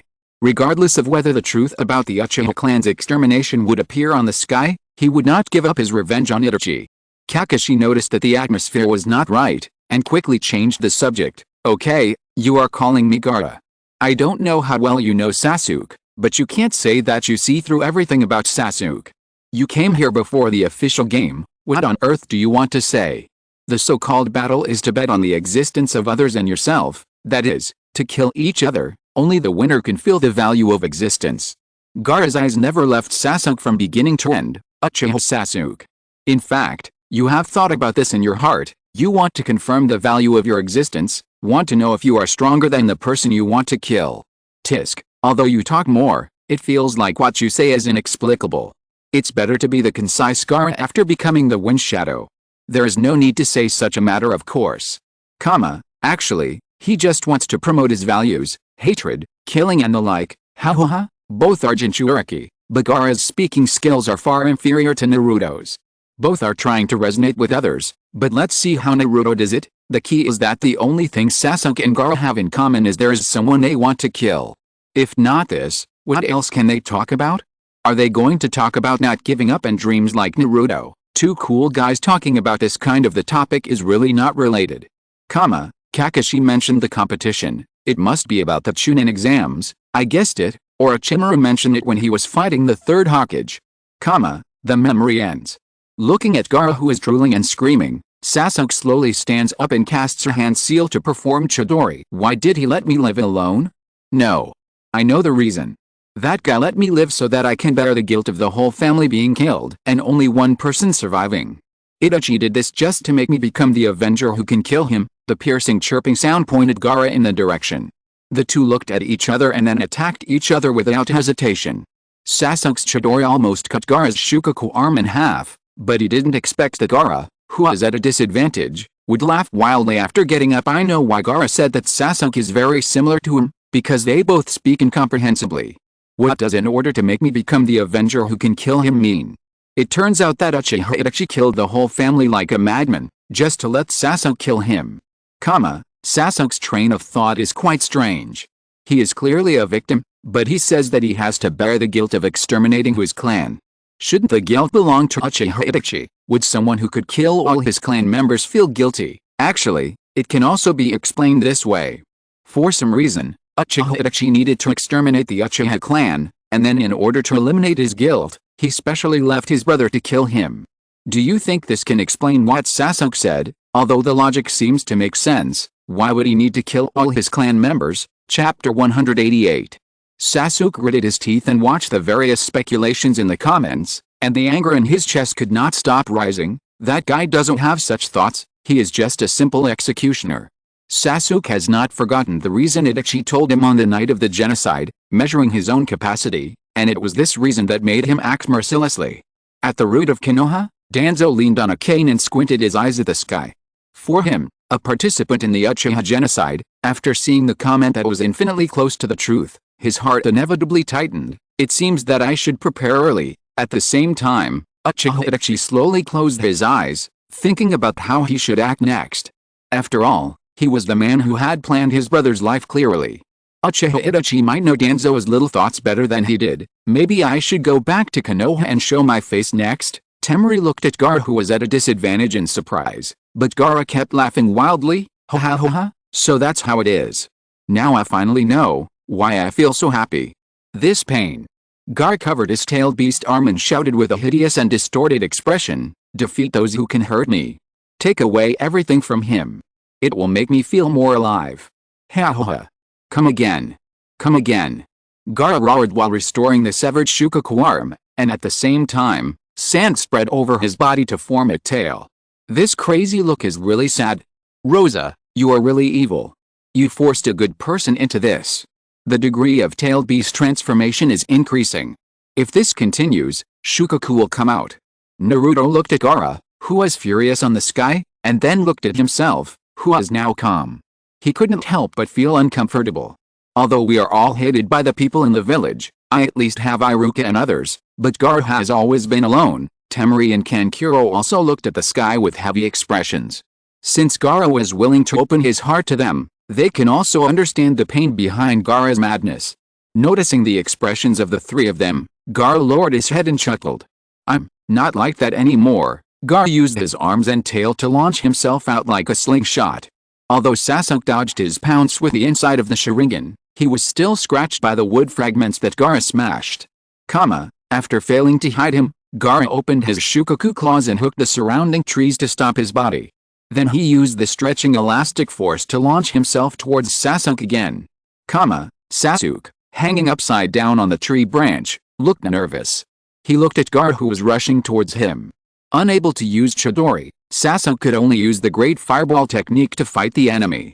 Unfortunately, the effect of fire style against sand was too poor. Gaara ignored Sasuke's attack and swung his arm to knock him out. Gaara's fighting style is completely different from before. This beast-like attack is just like a smaller-tailed beast. Sasuke is no match for him. After all, is there anything else that the Uchiha clan has to offer besides the Sharingan? Now even the Uchiha clan is doubted. That's right. Although everyone is bragging about the Uchiha clan, it's hard to see how powerful they are. Kakashi with the Sharingan is not much stronger than Zabuza, and Uchiha Sasuke, the so-called top graduate, doesn't have any impressive record. That's just because you don't have much experience. Not to mention that Kakashi, an outsider, can use the Sharingan to his advantage. Those who died at the hands of Uchiha during the war are about to cry.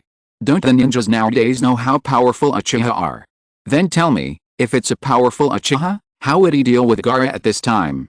Take the simplest fire escape for example. If it's a powerful Uchiha, it can directly penetrate Gaara's sand or burn it into glass. Except for Sasuke, the existing Uchiha in the ninja world and the ancestor Uchiha Madara in the Pure Land have no interest in the discussion on the Sky Curtain. After all, this level of battle is just like playing house in their eyes.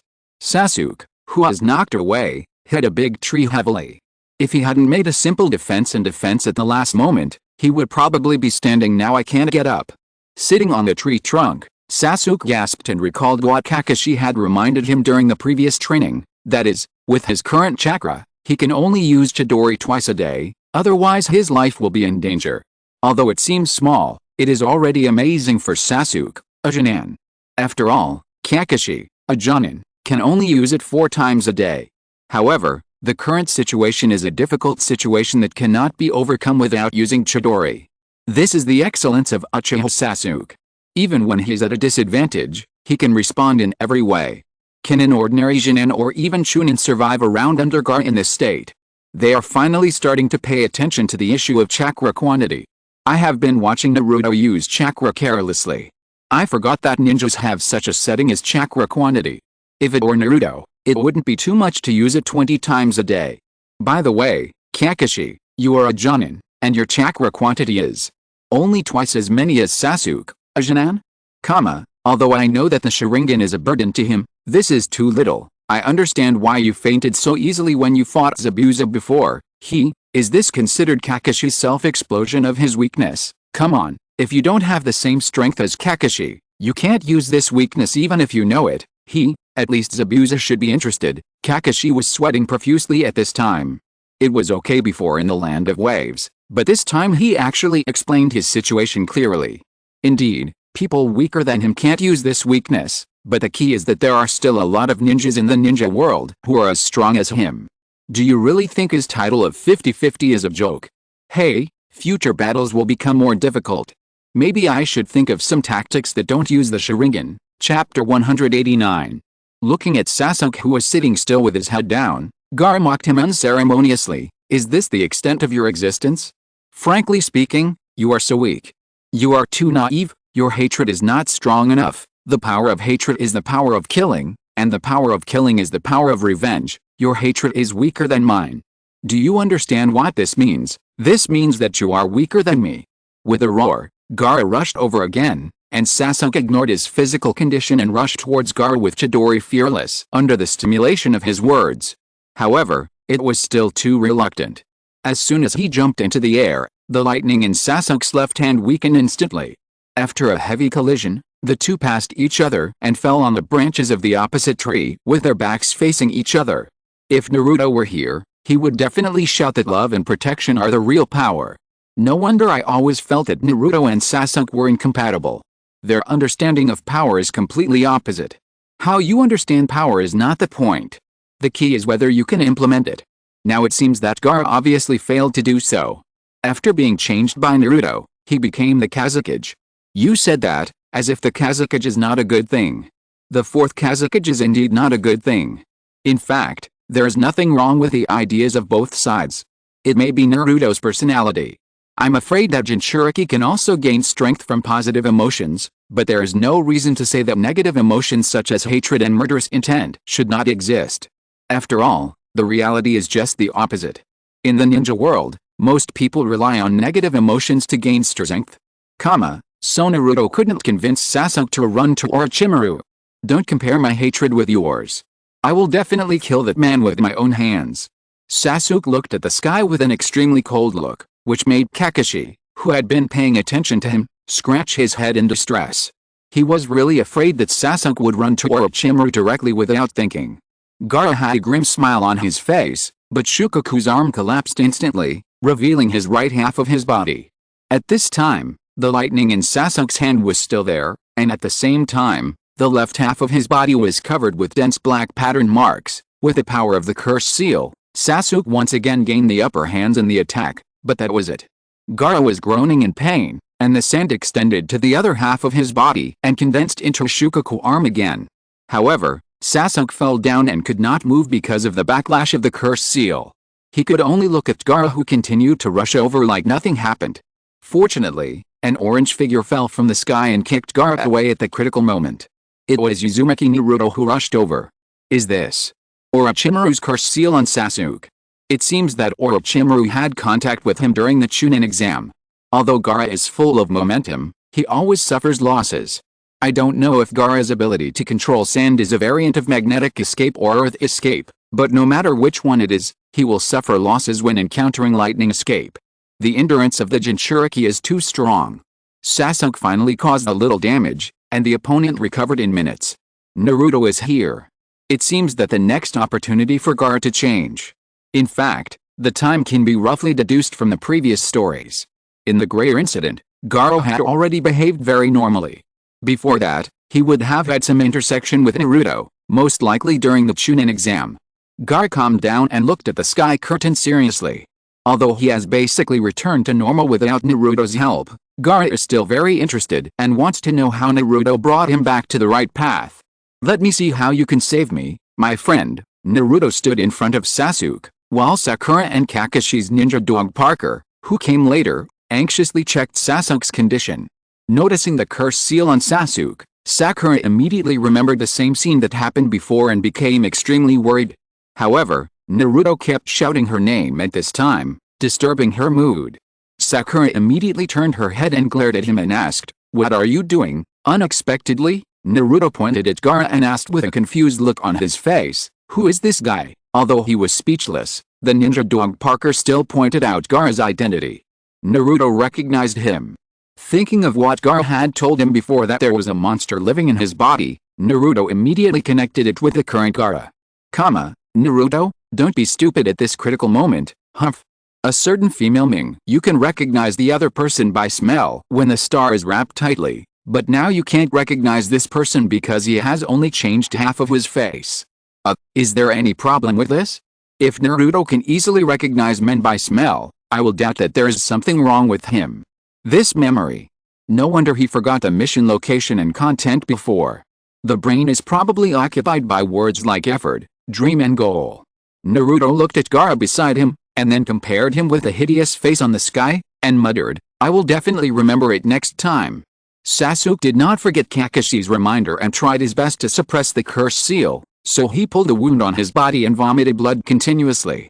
At this time, Gaara, who had recovered, looked at Naruto and murmured, "You are the person I didn't kill at that time." Naruto looked at the monster like Gaara with horror, and once again remembered the way he was full of murderous intent and talked about the motive for killing before. So with a sudden turn, Sakura and the others fled, but they didn't expect Gaara to suddenly move and rush directly towards Sasuke, who couldn't move. Naruto didn't have time to stop him, so Sakura, who was also in Gaara's attack range, forgot her fear and stood up to block Sasuke. Looking at her nervous but determined eyes, Gaara suddenly remembered Yoshimaru's face, slightly retracted his strength, and the huge Shukaku claw pressed Sakura heavily against a tree trunk. It's obviously only state 1. Why does it feel that the side effects of the curse seal on Sasuke are much more serious than those of the sound 4? Isn't it obvious? Sasuke must have to wait until he agrees to join Orochimaru's men before he can give him the curse seal with less side effects. Otherwise, if Sasuke continues to stay in Konoha after taking the curse seal, Orochimaru will lose a lot. Hey, Naruto's state is not right. Why does he seem to be afraid of Gaara? If you're listening to this novel on a channel other than Fanfic World, it means they downloaded and uploaded it without effort. We cordially invite you to visit our channel, Mundo Fanfic Novelis. There you'll find the original version of this story, and you can explore many other novels of various genres. We're waiting for you to immerse yourself in a world of incredible novels. Chapter 190. Compared to Sasuke, Gaara doesn't seem to be very interested in Naruto. Before Gaara changed, he would probably only think Naruto was childish. Sakura is quite brave. Maybe she's not strong enough, but she's brave. Gaara covered his forehead with a headache, and Naruto took the opportunity to approach and take away Sasuke next to him. Then he looked at Sakura, who had fainted, and Sasuke, who couldn't move, and swallowed his saliva to Gaara. "I don't want to fight this guy." Gaara kept pressing his head in pain, and his mind kept flashing back to the eyes of Kai and Sakura blocking important people, and then his childhood memories were uncontrollably brought up. Young Gaara sat alone on the swing holding a teddy bear, looking at a group of children playing football not far away, with a distressed face. "Hey, what's going on?" Naruto seems to be really afraid of Gaara. From Naruto's memories, I don't see anything about Gaara that's worth being afraid of. Even Zabuza, who was a demon, managed to survive, so why did he back off now? Look at Gaara, he's been irritated by the people of Konoha. Because of his inner desire, he was affected after seeing what they did. Hey, How pitiful. No one wanted to play with Gaara. Even though he helped get the ball stuck in the high place down, the children were still scared by Gaara's face. Seeing the few people running away, Gaara, who wanted to play with him, subconsciously grabbed them with sand. Seeing that the tragedy was about to happen, Yoshimaru appeared in time to stop Gaara, but the price was that he was injured on his forehead and wrist. Gaara was taken home. He went to the room and looked at the mother in the photo. He took a knife and pressed the blade against his wrist. However, he showed a disappointed expression the next second. It still doesn't work. The sand will hinder me. Alice, how can a child of only a few years old bear this? That's not necessarily true. There were many children who went to the battlefield at the age of 4 or 5 during the war. In comparison, this little fact that no one played with him is really not worth mentioning. Don't always use the situation during the war as an example. Is it the same as now? Whether it is a war or not, mental problems are common among Jinchuriki. Gaara's seemingly extreme behavior is actually very normal. What standard are you using? It's not considered a rampage. Normal, right? Alice, although I know that Jinchuriki is under great pressure, I can't get close to them as an ordinary ninja. I can only ignore them at most, but this will also stimulate them. It is really difficult to get along with someone who will hurt you out of the blue, unless you have the strength to deal with their rampage.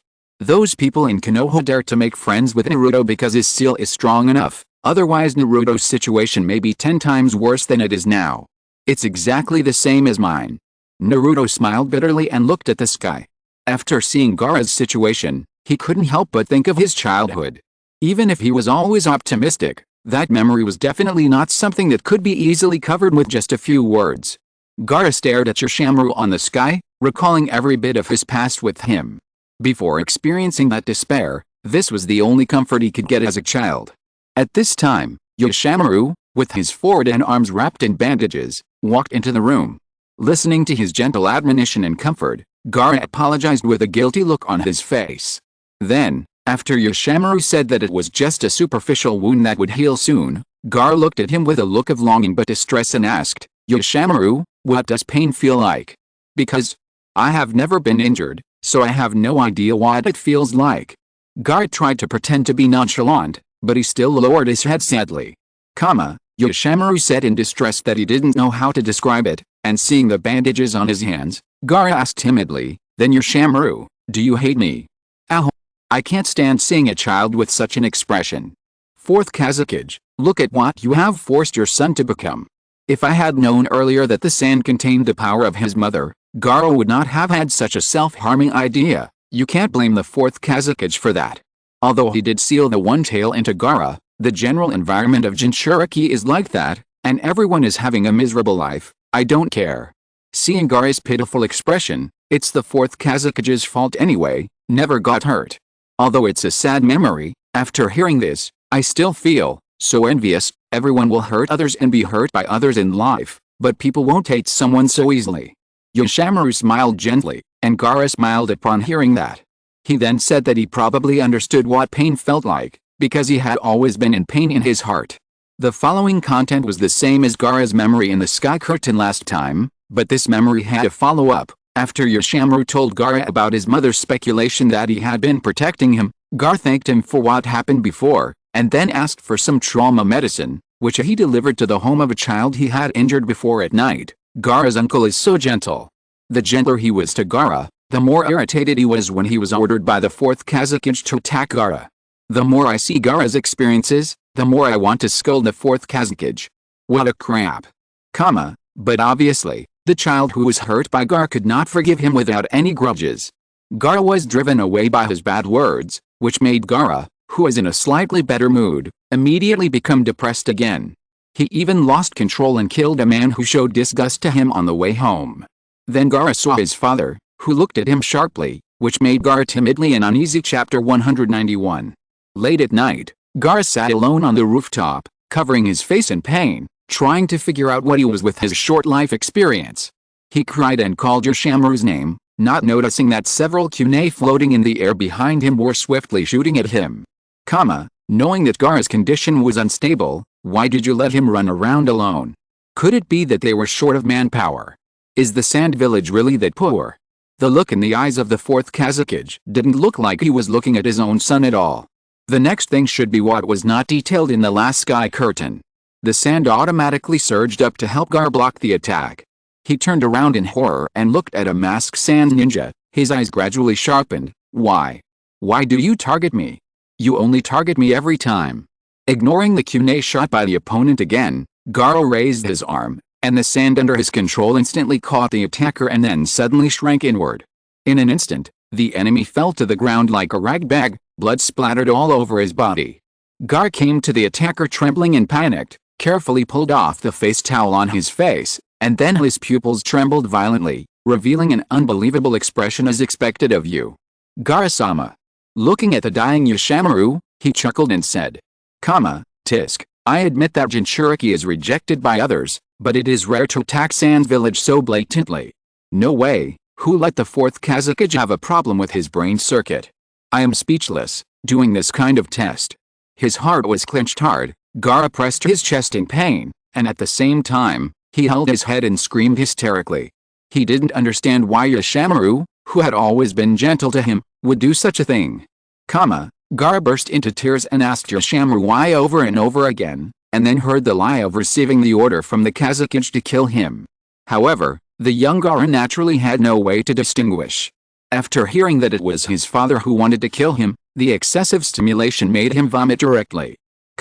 It took a while for Gaara to recover. He asked his father with a dazed expression why he killed him. Yoshimaru also prepared a simple lie of Gaara can't control Shukaku's power. I know the ninja world is cruel, but to let a child go through this kind of thing. I, an outsider, can't stand it anymore. The fourth Kazakage is such a cruel father. Obviously, for Raza, the identity of the Kage is more important than his father. The key is that even if he is the Kage, his approach is not smart. Although Gaara felt desperate about his father wanting to kill him, after a moment of silence, Gaara still showed a hopeful look and smiled pitifully. Then, so, Yoshimaru, you are going against your own will. Because of my father's order. Unfortunately, Yoshimaru gave an answer that made Gaara completely desperate. No. It's not like that. I did receive the order from Kazakage-sama, but I can refuse if I want. Gaara-sama. I must hate you deep in my heart. Because you were born after taking the life of my beloved sister. The fourth Kazakage didn't want to leave Gaara any way out. I know it's my father who wants to kill me, but I still recovered in an instant. Think about it carefully. Rosa is self-aware. He knows that his position in Gaara's heart is not as good as Yoshimaru's, so he let him carry out this mission. Tears flowed uncontrollably, Gaara's pupils were dilated and his spirit was greatly hit, but he still clearly reflected every word of Yoshimaru in his mind, like a curse. I treat you as my sister's relic, and try hard to like you, but I can't do it. My sister didn't want to give birth to you, she sacrificed for the village, she died cursing this village. Your name was given by my sister, this child's name is Gaara, sure who only loves himself, fights only for himself, so that you can exist forever, the name contains such a feeling. But my sister doesn't care about you, I didn't give you this name because I love you, it's just to let her hatred of this world, who died cursing this world, stay in the world forever, she doesn't love you at all. I'm curious, if Gaara's mother knew that Raza treated Gaara like this, would she be so angry that she would crawl out of the Pure Land? Rosa, you are such a genius, you can actually misinterpret Gaara's mother's love like this. Isn't this really crazy? I put myself in her shoes and I feel like I'm suffocating. Gaara must have a good resistance to illusions. His spirit is so tough that he can hold on under such oppression until Naruto changes him. Gaara clutched the clothes on his chest. Even though he knew that Yoshimaru was just deceiving him, he seemed to experience the despair of that time again after seeing the scene deeply engraved in his memory. Noticing the cold sweat on his forehead, Temari and Kankuro hurried over to care for him. Even if they were not the parties involved, after seeing the experience on the sky, they could not imagine what kind of pressure Gaara had been under all these years. Naruto also looked at Gaara, whose face was slightly painful, and then turned to look at Yoshimaru on the sky, who was originally very gentle, but had to say such heartbreaking words to Gaara under the order of the fourth Kazakage, with an indignant face. Damn it! What kind of Kazakage?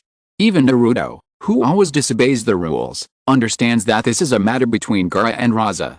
Whether Gaara will choose to forgive Raza like his future self, He needs to make his own decision, and others have no room to intervene. But for Naruto, who has been alone since childhood and longs for family warmth, family affection and parental love, which only exist in imagination, should be very beautiful. Gaara obviously has the opportunity to feel maternal love, but he lost it because of his shitty father's test. How can this not make Naruto angry? Chapter 192. After instilling all the lies into Gaara in one breath, Yoshimaru dutifully made the final move and detonated the detonating tag in the vest to complete the task assigned by the Kazekage. Although the explosion was powerful, it was not intended to hurt Gaara. With the protection of the sand, Gaara knelt on the spot without any damage, crying and howling, and kept thinking of what Yoshimaru said to him about love. Suddenly, Gaara's eyes became fierce, and he roared and manipulated the sand to carve a word of love on his forehead. Only love yourself, only fight for yourself. This is Gaara, this is me, I finally understand. I am lonely. I won't trust anyone anymore, and I won't fall in love with anyone anymore. I'm lonely. Yes, I'm lonely. Although many people have already scolded me, I still want to scold the fourth Kazekage again, saying he's an idiot. He sent a capable subordinate to die just for some test. You guys in Sand Village can't afford the salary, so you use this method to control the number of ninjas. If you don't want them, send them to us. It doesn't matter if they are not strong enough. At least they are pleasing to the eyes. After the set of punches, let alone a 4 or 5-year-old child, anyone would go crazy and lose control. The cold eyes in the memory are exactly the same as the eyes of Gaara, who has transformed into a half-tailed beast at this time. Naruto's body trembled slightly under such eyes. What's wrong? Aren't you going to run away? Gaara kept pressing Sakura against the tree trunk, looked at Naruto and asked viciously, what are they to you? This question naturally does not need to be thought about. Naruto pointed at him and pretended to be calm and shouted, They are my companions. If you dare to hurt them again, I will kill you. Seeing that Naruto was timid, Gaara increased the strength of his hands without hesitation, causing Sakura to scream, What's wrong? Aren't you going to kill me? What did Naruto see through Gaara's eyes that made him so scared? This is the first time I see Naruto so unconfident when he says the word companion. Gaara, you should take it easy. If Sakura is really hurt, Naruto may go crazy immediately. Although he was very scared, Naruto couldn't watch Sakura get hurt, so he rushed towards Gaara with a slightly stiff movement. But this level of attack didn't even require Gaara to do anything. He just swung his tail and sent Naruto flying. Sasuke struggled to get up, looking at Naruto who fell in the bushes and wondering, this is not like the usual Naruto. What happened between the two of them? Naruto was anxiously thinking about how to rescue Sakura, and suddenly he thought of the summoning technique he had just learned, so he couldn't wait to use it, but what he summoned was not the imagined Gamabunta, but the little Togamakichi. Naruto, you are not in good condition. Shouldn't you start with Shadow Clone? Were you so scared that you even forgot your signature ninjutsu? So what is Naruto afraid of? I find that this kid is very good at making fun of serious occasions like this, and he uses the same trick. You don't practice the summoning technique well enough, and you can only summon a small toad every time. What are you doing? Naruto grinned with a bit of toothache. Although he had already acknowledged Gaara's identity as a friend, he didn't want to lose to the other party, and in such an embarrassing way. Gaara saw it more clearly. Naruto should win the next battle, otherwise he didn't think that he would listen to Naruto in that state. Naruto's face immediately changed and he started to curse at Gamakichi. Seeing Naruto who was helpless and could only play tricks, Gaara immediately became impatient. Companion. It's ridiculous. I only fight for myself. Accompanied by Gaara's roar, the sand completely covered his upper body. At this time, Gaara looked like a small-tailed beast. He broke the arm that was holding Sakura, leaving only a ball of sand wrapped around her, and then said to Naruto, if you don't defeat me, you can't get rid of the sand that is entangled with that woman. Not only that, the sand will get tighter and tighter as time goes by, and then it will kill that woman. Look at Gaara's state, he might release Shukaku completely. Well, no way, if Shukaku really comes out, how can Naruto deal with it with his current strength? Although Naruto occasionally uses the Nine Tails chakra, he can only use a little bit each time, and it is impossible for him to defeat the fully formed tailed beast. Logically, Naruto should have gone crazy after seeing Sakura injured, but that inexplicable fear greatly hindered his performance. Even his companions are no longer useful. It's time to use the ultimate killer move of the dream of becoming a Hokage. Temari, who was watching the battle, also felt something was wrong. He is getting closer and closer to the perfect form. Although he hasn't used the fading technique yet, if he continues, even I will. Naruto was extremely anxious, but he still couldn't move under Gaara's gaze. However, Gaara had no intention of waiting. He crossed his two huge Shukaku arms in front of him, and then suddenly spread them out, and dozens of sand shurikens shot straight at Naruto. Although he protected Gamakachi in time, Naruto himself was knocked away by Gaara's attack and hit a big tree heavily. Fortunately, Naruto's skin was thick and he got up again after a little rest, looking at Gaara, who was stretching his body like a beast, with a serious expression. The fading technique. I remember that Raza, who was resurrected by the impure world reincarnation, mentioned this move last time. It seems that after using this move, you can use the power of Shukaku. Judging from the current development, the perfect tailed beast may really appear. Now Naruto doesn't know how to use the Rasengan. The only things he can rely on are his shadow clone and summoning. Can he fight the tailed beasts with ease? If he can summon a giant toad, it's not impossible to fight the tailed beasts. Naruto is really strong. Look at Sasuke, who has been vomiting blood. Naruto is fine except that he is a little dirty. Chapter 193. Such a lonely look. His eyes. So lonely. Looking at Gaara's copper coin-shaped pupils, Naruto lowered his eyes with an uncomfortable look, because it reminded him of the painful memories in the past. There is also a monster in his body. He is the same as me. At that time, I hated everyone. I didn't know who I was, why I was hated, and why I existed in this world. The young Naruto appeared in the sky, standing on the opposite side of everyone with fierce eyes. When I knew that there was a nine tails hidden in my body, the people in the village looked even more indifferent, which really made me very painful. I have been guessing what Naruto is afraid of, and the answer is this. I was too naive to try to understand Naruto's thinking. Did he scare himself because of his strong empathy? It turns out that Naruto also had hatred when he was a child. I thought he had always been like this, although the contrast is huge. At least it looks more real. But Iruka, Sasuke, Sakura and Kakashi flashed by one after another. Although they were all trivial matters in daily life, Naruto's originally dull voice immediately became very gentle. They recognized me, so even if the demon fox is in my body, even if the people in the village look at me with indifference, I don't care, because I am no longer alone. I never thought that this would be so happy and blissful. I think it's really, really, really great. I feel relieved that I can stay here. So every time I think back to the past, I feel creepy. That is not the pain that ordinary people can endure. It is a dark hell. It's always like this. As long as he thinks of his companions, nothing matters anymore. Gaara and Naruto, you two are taking turns complaining here, right? Really, stop posting these things. I don't want to see the tragic past of other village kids. I don't want to see it either. I feel sick after seeing it too much. I'm so sad, because he is too easily satisfied. Naruto has always been so naive. Otherwise, he should be like Gaara now. It's not that I don't understand Naruto's fear of his past experiences, but because the enemy's eyes remind him of his past, and then he's so scared that he performs abnormally in battle. I really don't understand the connection between the two. It's okay to be sentimental, but don't use this talent in this place. Naruto's expression is a little lonely. Although the comments say that they can understand his fear, only people like him who have truly experienced it will know that such fear is definitely not something that can be described by simple words. Gaara, who felt the same, noticed the change in Naruto's mood. He carefully reached out his hand, hesitated for a while, and gently patted his shoulder.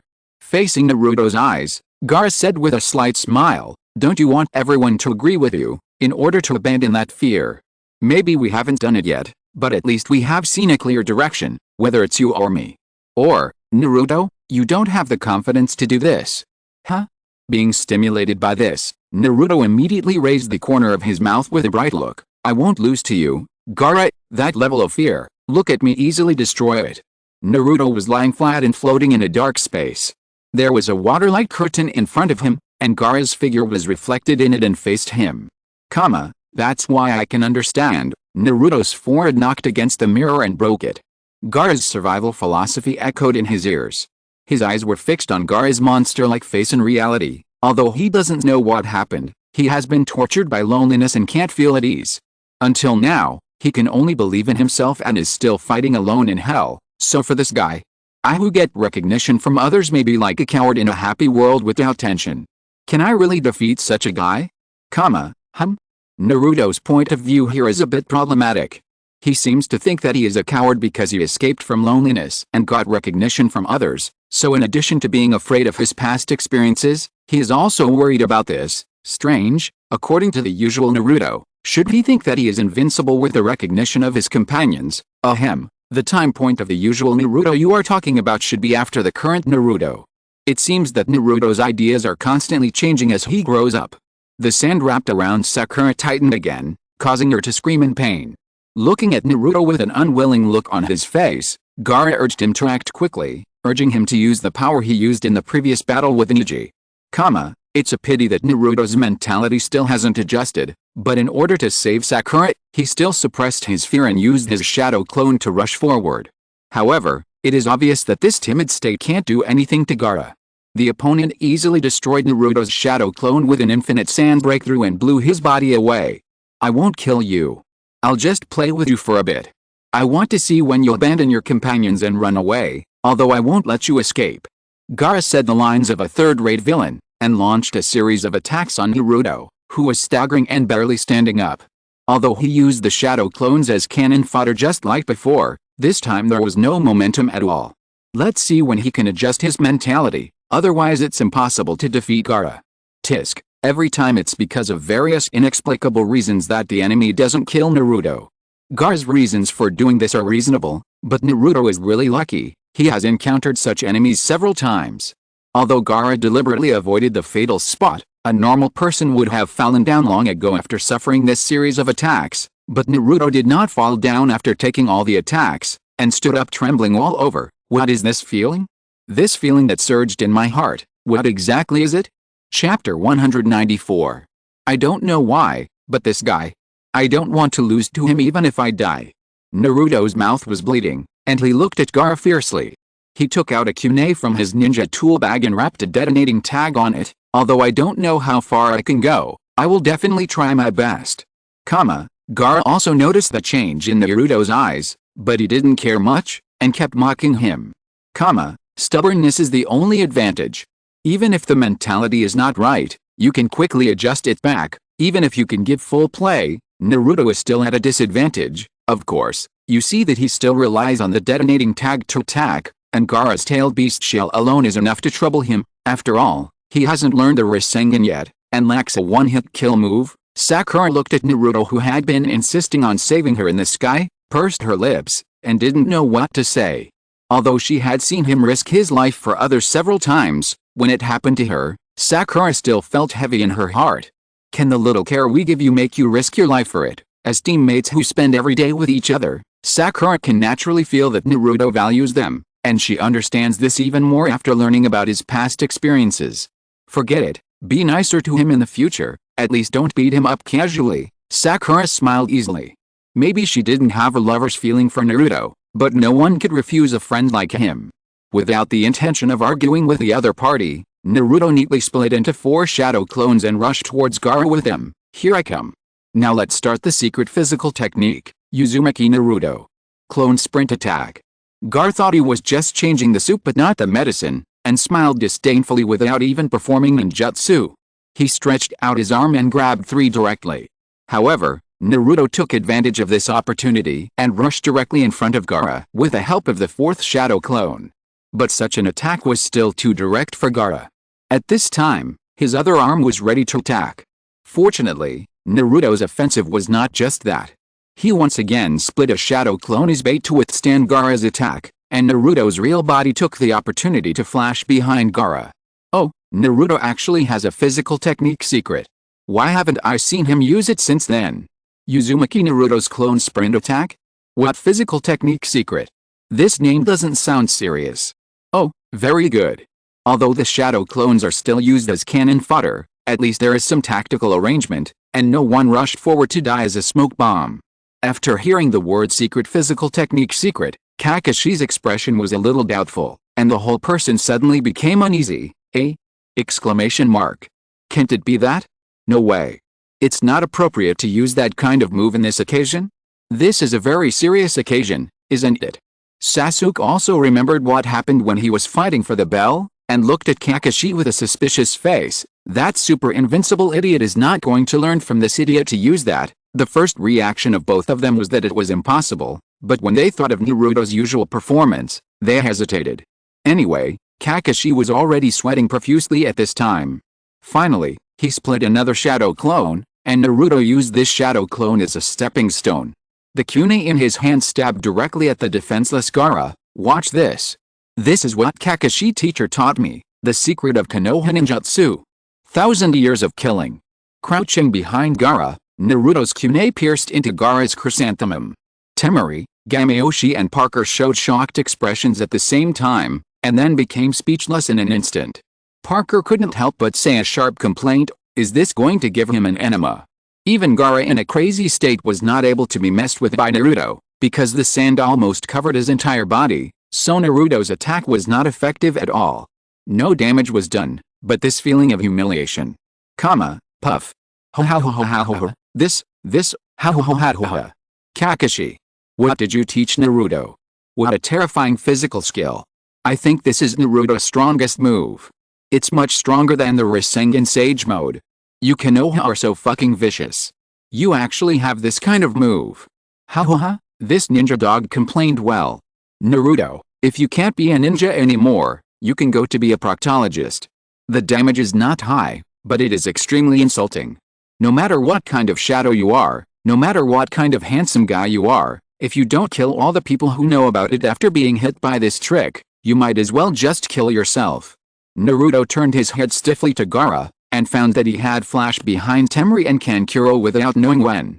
Looking at their suspicious, contemptuous and horrified eyes, Naruto opened his mouth and didn't know how to explain. Crushing a corner of the table, Sakura's hair fluttered automatically without wind. She felt ashamed and stupid for her decision to treat Naruto well just now. Next time I see that guy, I must beat him up! Exclamation mark. Sasuke looked at Kakashi with contempt, and said mercilessly, two super invincible idiots. Kakashi was already soaked at this time, and felt desperate for his broken image. There might not be a Kakashi with Sharingan in the future, and he would probably become a Kakashi with 1,000 years of killing. Why? Naruto. You can use it, after all, that's your personality, but, why did you call my name? Sarutobi Hiruzen, Jiraiya and Tsunade, the elders and seniors, were both angry and amused by Naruto's performance. Minato Namikaze in the belly of the god of death also shook his head with a smile, but it was not the same for Kushina in the Pure Land. What the hell? What has the most serious-looking Kakashi experienced in these years? Why did he teach Naruto such a vulgar move? It turns out that the one who should be most on guard is not Jiraiya, but you, Kakashi, Kushina shouted madly at the sky. His Naruto should be as handsome as his father Minato Namikaze. He could explain his mischievousness and stupidity with his personality, but what about this move that pokes people's buttocks? It's too damaging to his image. What should he do if he is disliked by girls? Chapter 195. Gaara turned his head to look at Naruto, who was squatting behind him with an innocent look, and swung his tail to send him flying. This blow was quite powerful, but Naruto didn't care at all. Instead, he chuckled and uttered the word bang while flying backwards, and then the kunai stuck in Gaara's butt was detonated.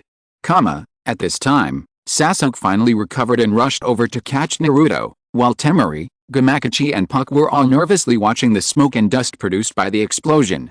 When the smoke and dust dissipated, most of the sand on his body collapsed, and Gaara, who looked quite embarrassed, was revealed.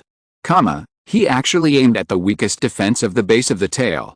Although he was not injured, he could not completely offset the impact. Did I underestimate him? Hiss. Even if the power of the detonating tag is nothing compared to Gaara's defense, it would still be very uncomfortable to explode in such a place. Don't even mention experiencing it yourself. I feel cold just looking at it. Be careful when you meet people from Konoha in the future. Who knows if they have learned such insidious moves, Kakashi. You have brought shame to Konoha, the weakest defense of the base of the tail. Well, I think normal people know that it is a weak point, but no one would think of attacking such a place. I thought I had already thought highly of Naruto, but I didn't. Thinking that he could still do this to us, Gaara really stepped on a landmine for everyone. I don't know if it's my illusion. Why do I feel that Gaara, who has become a half-tailed beast, is not as strong as he usually is. Indeed, if the sand was automatically protecting him, Naruto wouldn't be able to get close to him at all. This is the characteristic of a half-baked Jinchuriki who has not fully mastered the power of the tailed beast. Maybe his explosive power has become stronger instantly, but it is hard to say whether his overall combat power has increased or decreased. Naruto greeted Sasuke who caught him, and Sasuke looked at Gaara opposite and chuckled, "Haha, finally a bit like your style.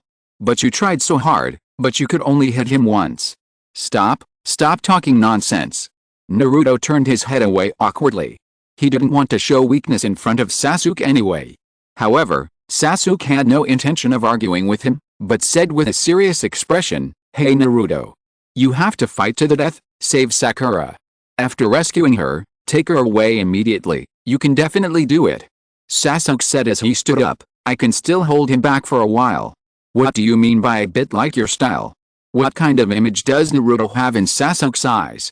He was not scared by his 1,000 years of death? Ha. According to Naruto's previous style, although this 1,000 years of death is a bit outrageous, it is actually within his scope of action.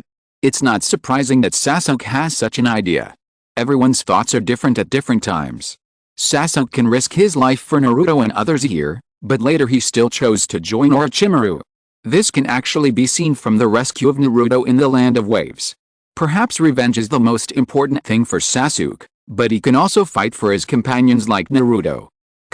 I've lost everything before, so I don't want to see my important companions die in front of me." Sasuke stood in front of Naruto. Looking at his back, Naruto remembered that he had stood in front of him like this in the Land of Waves. He remembered that Sakura had faced Gaara's attack to save Sasuke. He remembered Kakashi's teachings. Naruto, who had been very uneasy, suddenly calmed down. "Really, is that so?" Naruto stood up and stood side by side with Sasuke and looked at Gaara opposite him. "Because he is very similar to me, always living in loneliness and sadness, but he can fight only for himself in such loneliness, so I think he is very powerful." I don't know why, but it feels very awkward to hear Sasuke say such corny words. Such sentimental words are indeed not suitable for a cool and handsome guy like Sasuke, including a smart person with high IQ like Naruto. Only people with Naruto's personality can say it without any sense of disobedience. I finally understand Naruto's logic. He thinks loneliness is terrible, so he thinks Gaara, who can endure loneliness all the time, must be very powerful, and then he doubts that he is not his opponent. Your brain has always been stupid, how can you associate so much now? Naruto just had a wrong idea for a moment. As long as his emphasis on his companions does not change, he will eventually figure it out. But this is not the real strength. Fighting only for yourself will not make you a real strong man. The figures of Bai and Iruka flashed in Naruto's mind, and he saw him put his hands together and began to refine chakra, his eyes more serious than ever before. Naruto roared, and a huge amount of chakra rushed out and enveloped him. Then, accompanied by the explosion of a huge amount of smoke, thousands of shadow clones filled every corner around him. Everyone and the summoned beasts looked at the number of shadow clones around them in surprise, and Naruto finally recovered his previous mentality. He pointed at Gaara with a proud face and shouted, "Sorry to keep you waiting. Now let's start the show." Uzumaki Naruto Ninja Scroll. See, after all, he learned a lot from the battle with Zabuza and the others. As long as Naruto can remember, it's easy to cheer up. Fuck. I know he wants to cheer up, but this cheer is too much? Damn. Are you serious about the number of clones? I always thought that a few hundred was the limit, but now it seems that I was too naive. After a quick glance, the number of people is at least over 1,000. He turned a reconnaissance ninjutsu into a legion ninjutsu. With so many people, even cannon fodder is scary. Finally, it's my turn to show off my skills. Naruto wiped his nose proudly, especially since he could use this move now, so the sense of substitution was much stronger than the previous times. Temari and Kankuro were shocked and switched their eyes between Shinmu and Naruto, while Gaara was stunned for a moment and then smiled with relief. He thought Naruto defeated him with a skill like the 1,000 years of death. It seems that he underestimated him. Chapter 196. After telling Sasuke to take a good rest, Naruto roared, and the shadow clones from all directions rushed towards Gaara. Because of the 1,000 years of killing just now, Gaara couldn't move freely for the time being. He looked at the countless enemies around him in a panic. Fortunately, the first wave of attacks was just a large number of shurikens, and it was not a problem to withstand it with the sand on his body. But the second wave of attacks could not be ignored. Naruto quickly approached, and several shadow clones cooperated to kick Gaara into the air. Then, nearly 2,000 punches fell continuously and knocked Gaara into the ground. The shell of the tailed beast on his body also became tattered in an instant. 2,000 consecutive bullets? So there are 2,000 clones here. Did Naruto use the Nine Tails chakra here? If not, how much chakra does he have? Is the Uzumaki clan so great? Can the Uzumaki clan be unreasonable? He is just a Jonin. Normal Jonin doesn't have such a large amount of chakra. This kind of thing is actually not worth discussing. After all, a person who can defeat a cage with only one shadow clone when he grows up must have some extraordinary qualities. Damn. Gaara this size, but he took 2,000 attacks at once. Gaara, do you know what it feels like to be hit by 2,000 punches in an instant? Just now I thought Gaara's strength was not as strong as usual, but seeing that he could barely withstand Naruto's attack, it feels a bit hard to define. The attack is not as flexible as usual, but the defense seems to have become a little stronger. Sasuke stared at Naruto, who was showing his power in the sky. Compared with himself, who could do nothing and could only linger there, Naruto's performance was really too eye-catching. Originally, in the previous few times of the sky, Sasuke could still comfort himself with the reason that it was something that happened in the future and he might not be worse than Naruto, but this scene is different. He is undoubtedly stronger than he is now on the sky, and what about Naruto? Even if we don't take summoning and Rasengan into account, the shadow clone and the terrifying amount of chakra alone are stronger than the self in the sky. In other words, maybe on the day when Naruto learns the shadow clone, he will no longer be his opponent. Thinking of this, Sasuke clenched his fists tightly.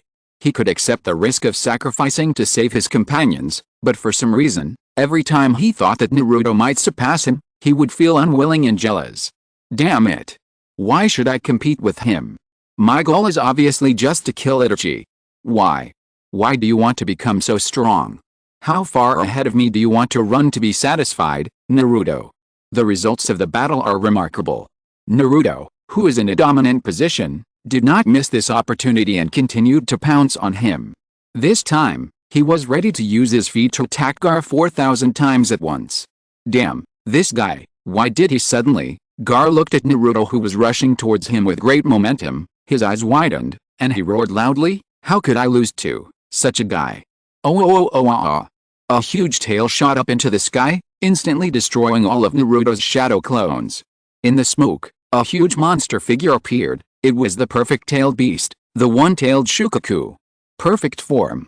Now even 2,000 clones are not enough. That may not be the case. If Naruto has already learned the Rasengan, he can still make the one-tailed beast drink a pot. There is no point in putting this assumption here. Sure enough, Naruto's clones can't escape the role of cannon fodder after all. Everyone present stared at this huge monster with wide eyes, but Gaara didn't want to give them time to adapt. He unexpectedly controlled the sand to wrap up half of Naruto's body. Naruto! Sasuke shouted immediately upon seeing this, but he was too seriously injured to help. Naruto also panicked, and even had no strength to struggle because he had used up all his chakra. However, when his eyes swept over Sakura, who was in danger, Naruto calmed down immediately. He wiped the blood from the corner of his mouth and then made the hand seal of the summoning technique seriously. The sand completely wrapped Naruto up. Gaara, who thought he had won, immediately performed the sandstorm funeral to crush Naruto into pieces, but he was interrupted by his shout, "Summoning technique! It's outrageous!" 2,000 clones were all destroyed, but Naruto didn't faint directly. He just ran out of chakra. I almost forgot that the shadow clones are still with such side effects. Naruto is a humanoid-tailed beast. Sasuke is in this state, and he just said he was going to delay Gaara. Doesn't this show that he is even more amazing? He was ready to sacrifice early on. Use the summoning technique to turn the tables, but Naruto really has no other tricks at this time. Without the attack power to deal with such a huge enemy, we can only let the same size deal with it. This is a conventional tactic for dealing with large summoned beasts. The sand exploded instantly, and the Meiboku Mountain Devil Flower Red Stick Toad Gamabunta crushed a large area of surrounding trees and appeared strongly. Naruto stood on its head, with his arms spread out handsomely, saying, "Sakura, let me protect you." The continuous super expansion made Gaara, who turned into Shukaku, quite excited. Bunta also noticed Naruto on his head and said in a very impatient tone, "What? It's you again. What's the matter?" While talking, Bunta saw Shukaku on the opposite side and recognized it, and then heard Naruto said with high spirits, "Toad boss, fight with me." Bunta spit out a cigarette with a look of disinterest and refused bluntly. Now Naruto couldn't hold it anymore. "What? Why?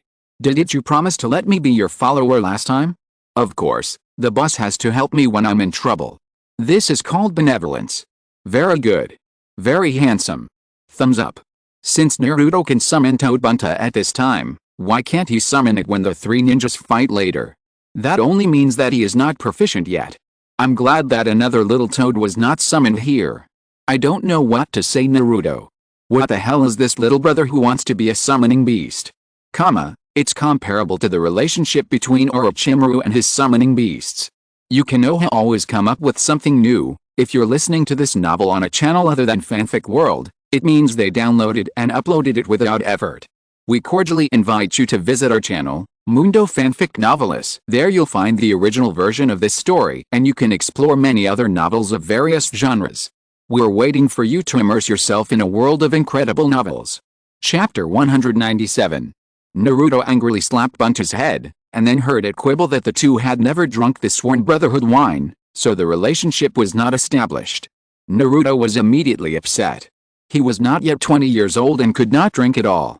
Fortunately, the toad Yoshi who was summoned by mistake was Bunta's son. Under its intercession, Bunta finally agreed to help Naruto deal with Shukaku. Bunta drew out his short sword, kicked his legs and fiercely hit Shukaku. He easily removed one of the opponent's arms with a short sword, but the short sword slipped out of his hand because of the excessive impact. The impact of the conflict between the two huge monsters made Sasuke and others in the forest extremely embarrassed. Naruto also noticed this situation and reminded Bunta to keep the battlefield away from Sakura. Naruto's rebuttal is quite serious. If you are 20 years old, you will really drink Sworn Brotherhood wine with the summoned beasts, right? Are all these large summoned beasts so bad-tempered? If there is no help from the little toad, will it really not help Naruto? Only large tribes can raise large summoned beasts.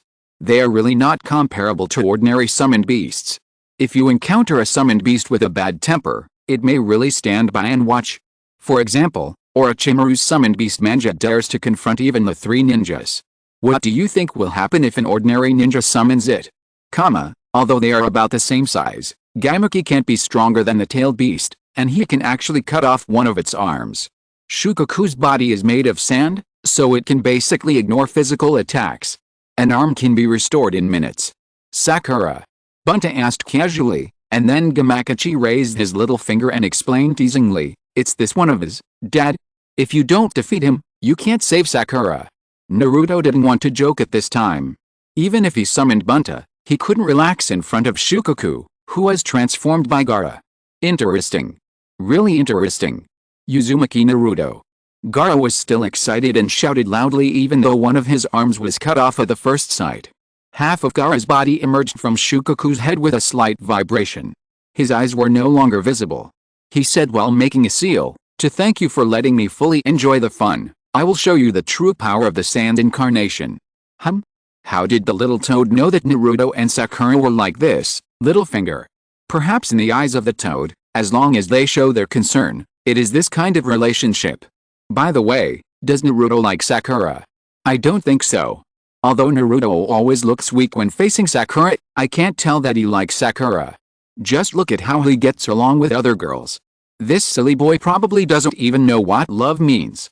What nonsense are you talking about? I obviously like Sakura the most. Naruto folded his arms and looked at the various speculations in the comments indignantly, which reminded Temari, who was paying attention to him from time to time, of the expressions of children when they express their love for toys to their parents. He is just a child. He probably mistook other emotions for love. But if he puts that tenacity into pursuing girls, thinking of this, Temari couldn't help but shudder, and could only silently send a blessing to Sakura, whom she had never met. Little did she know that Sakura was about to explode with anger at this time. "Naruto, you bastard. Even a toad born from a spirit is so dishonest." Sakura was so angry that her eyes rolled back and she gritted her teeth in hatred. It's okay to be friends with Naruto, but Sakura has never thought of having an affair with him. And it's through a platform like Shinmu that the whole ninja world is paying attention to. I was wondering if beating you up would be too much, but now it seems I need to beat you up a few more times. It turns out that Shukaku is now just a shell of a tailed beast. No wonder Bunta easily removed one of its arms. From what Gaara said, you are ready to completely transform into a tailed beast. Temari ran away quickly when she saw the situation was not good, while Bunta looked at Gaara and muttered, the dark circles under his eyes. It seems that the Jinchuriki has insomnia because of Shukaku. Then Bunta explained to Naruto, who didn't understand, the Jinchuriki who sealed Shukaku will never be able to sleep peacefully, which is a very scary thing for them. Because once they fall asleep, their personality will gradually be swallowed by Shukaku, and they will lose themselves one day. And because they can't sleep well, the personalities of the one-tailed Jinchuriki generally tend to be unstable. But as long as if the one-tailed Jinchuriki is awake, Shukaku's power will be suppressed. But if the kid on the other side takes the initiative to let himself sleep. It turns out that Gaara has dark circles under his eyes. I thought it was makeup like his brother Kankuro. Such heavy dark circles, that means he has never had a good night's sleep since he was a child. I think even without the coercion of the fourth Kazekage, this alone is enough to drive a normal person crazy. Is the one tail so special? Can the Jinchuriki devour their personalities when they fall asleep? I don't think I've heard of other tailed beasts having this ability. In the final analysis, it's because the Sand Village's sealing technique is too poor. If Konoha were to come, Shukaku would be quiet in a minute, and no matter what ability it has, it would be useless. Before Bunta finished his explanation, Gaara had already used the sleeping technique to make himself fall asleep. Then he saw Shukaku's pupils quickly turn, and then he let out a piercing laugh. Ha ha ha ha ha. I finally got out. And I immediately saw the guy I wanted to kill. Shukaku laughed crazily and pointed at Bunta, then without any warning, he puffed up his belly and slapped his only remaining arm hard, and instantly a huge air cannon shot out of his mouth and shot at Bunta. Fortunately, Bunta always remained alert. When Shukaku's attack was launched, he jumped high and prepared to counterattack Shukaku with water-style iron cannonballs. Let yourself fall asleep and let the tailed beast dominate your body. Is this considered a tailed beast transformation? It seems to be different from the previous Killer Bee in Kumaga Cure. Naruto used the power of the 9 tails and turned into a glowing appearance. Doesn't everyone's performance when using the tailed beasts be different? Chapter 198. Stop kidding, how can this be compared to Killer Bee-sama? The real tailed beast transformation is to maintain the consciousness of the Jinchuriki in the tailed beast form. The little devil from Sand's village just released the tailed beast, by the way. Gaara has half of his body exposed. Isn't this the target for the enemy? Isn't it because he is afraid of suffocating to death in Shukaku's body after falling asleep, so he has to perform the fake sleep technique in this state? That is, Shukaku is standing still. If he moves violently like Bunta, he might just break Gaara's waist. Large-sized summoned beasts. The power of ninjutsu is so strong.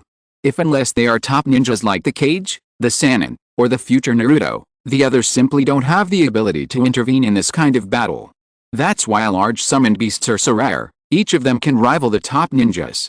The same air training bullet and iron cannon bullet, if used by a ninja, can only break a tree at most, but if used by these big monsters, they can immediately create a violent storm. Bunta sprayed 2 huge water balls at Shukaku from a high position, but Shukaku's attack was faster than expected. Several wind escape air training bullets hit Bunta in the air, which was unavoidable. Not only did they scatter his iron cannon bullets, but one of the air cannons also hit Bunta and knocked him down. Shukaku screamed excitedly when he saw this. Fortunately, Bunta was thick-skinned and jumped out of the smoke and dust of the explosion without any serious problems, but this kind of endurance was also limited, so the most urgent task was to wake up Gaara and let him suppress Shukaku's power again.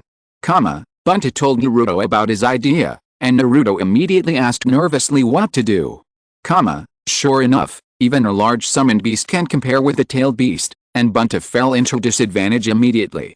If the tailed beast ball was used just now, Bunta would have been killed directly. The tailed beast ball is indeed very strong, but it's too slow. Bunta is still quite agile, so he shouldn't have hit it. It's enough to practice blank shots, it's nothing more than firing a few more rounds. The attack power is indeed very strong, but it has such an obvious weakness as Gaara. The weakness is obvious, but it depends on whether it can be used. Not everyone can climb on top of the tailed beast. I will find a chance to get close to that stupid raccoon cat and seal its action. You rush over and punch that guy. Bunta conveyed the battle plan to Naruto while dodging Shukaku's attack, but Naruto asked again with concern, I want to know what you are going to do. I am a toad, I don't have a claws and teeth that can block its action, so I will use the transformation technique to become something that can subdue it. But I am not good at transformation techniques, so you come to make seals for me, and I will lend you my chakra to cooperate in transformation. Bunta quickly finished the plan, then kicked his legs and pounced towards Shukaku. Naruto anxiously thought about the creature with fangs and claws, and then successfully helped Bunta perform the transformation technique at the moment when the two sides were about to collide. Gaara should have used this move before, right? If nothing else, at least the fourth Kazekage must have seen it, so Gaara should have suffered from being used as a target before, so why dare to let himself fall asleep at this time? I don't think he would think so much in his current mental state. If it is really because he will suffocate to death in Shukaku's body if he falls asleep, so he must maintain this state, then hiding is actually completely possible, such as in Shukaku's mouth. Now that he appears so brazenly above his head, it can only be explained by his abnormal brain. The smoke in the sky exploded, and a huge nine-tailed fox with orange fur bit Shukaku and restricted its movement. Naruto did not miss this opportunity, and jumped on Shukaku's head and punched Gaara hard to wake him up. Shukaku screamed loudly, but he could only suppress his strength with Gaara, who was unwilling to wake up. The moment Gaara opened his eyes, he saw Naruto preparing to take advantage of the victory. He did not hesitate and immediately controlled the sands on Shukaku to grab Naruto's feet, and then the other sands followed closely and rushed towards Naruto, about to catch him. Fortunately, Bunta reacted in time and stretched out his tongue to surround Naruto to block the subsequent attacks, but he could not stop the sands from spreading from Naruto's feet. Wow! Naruto, you have a good imagination. I never thought I could see the nine tails like this. It has turned into a battle of tailed beasts. That's the nine tails.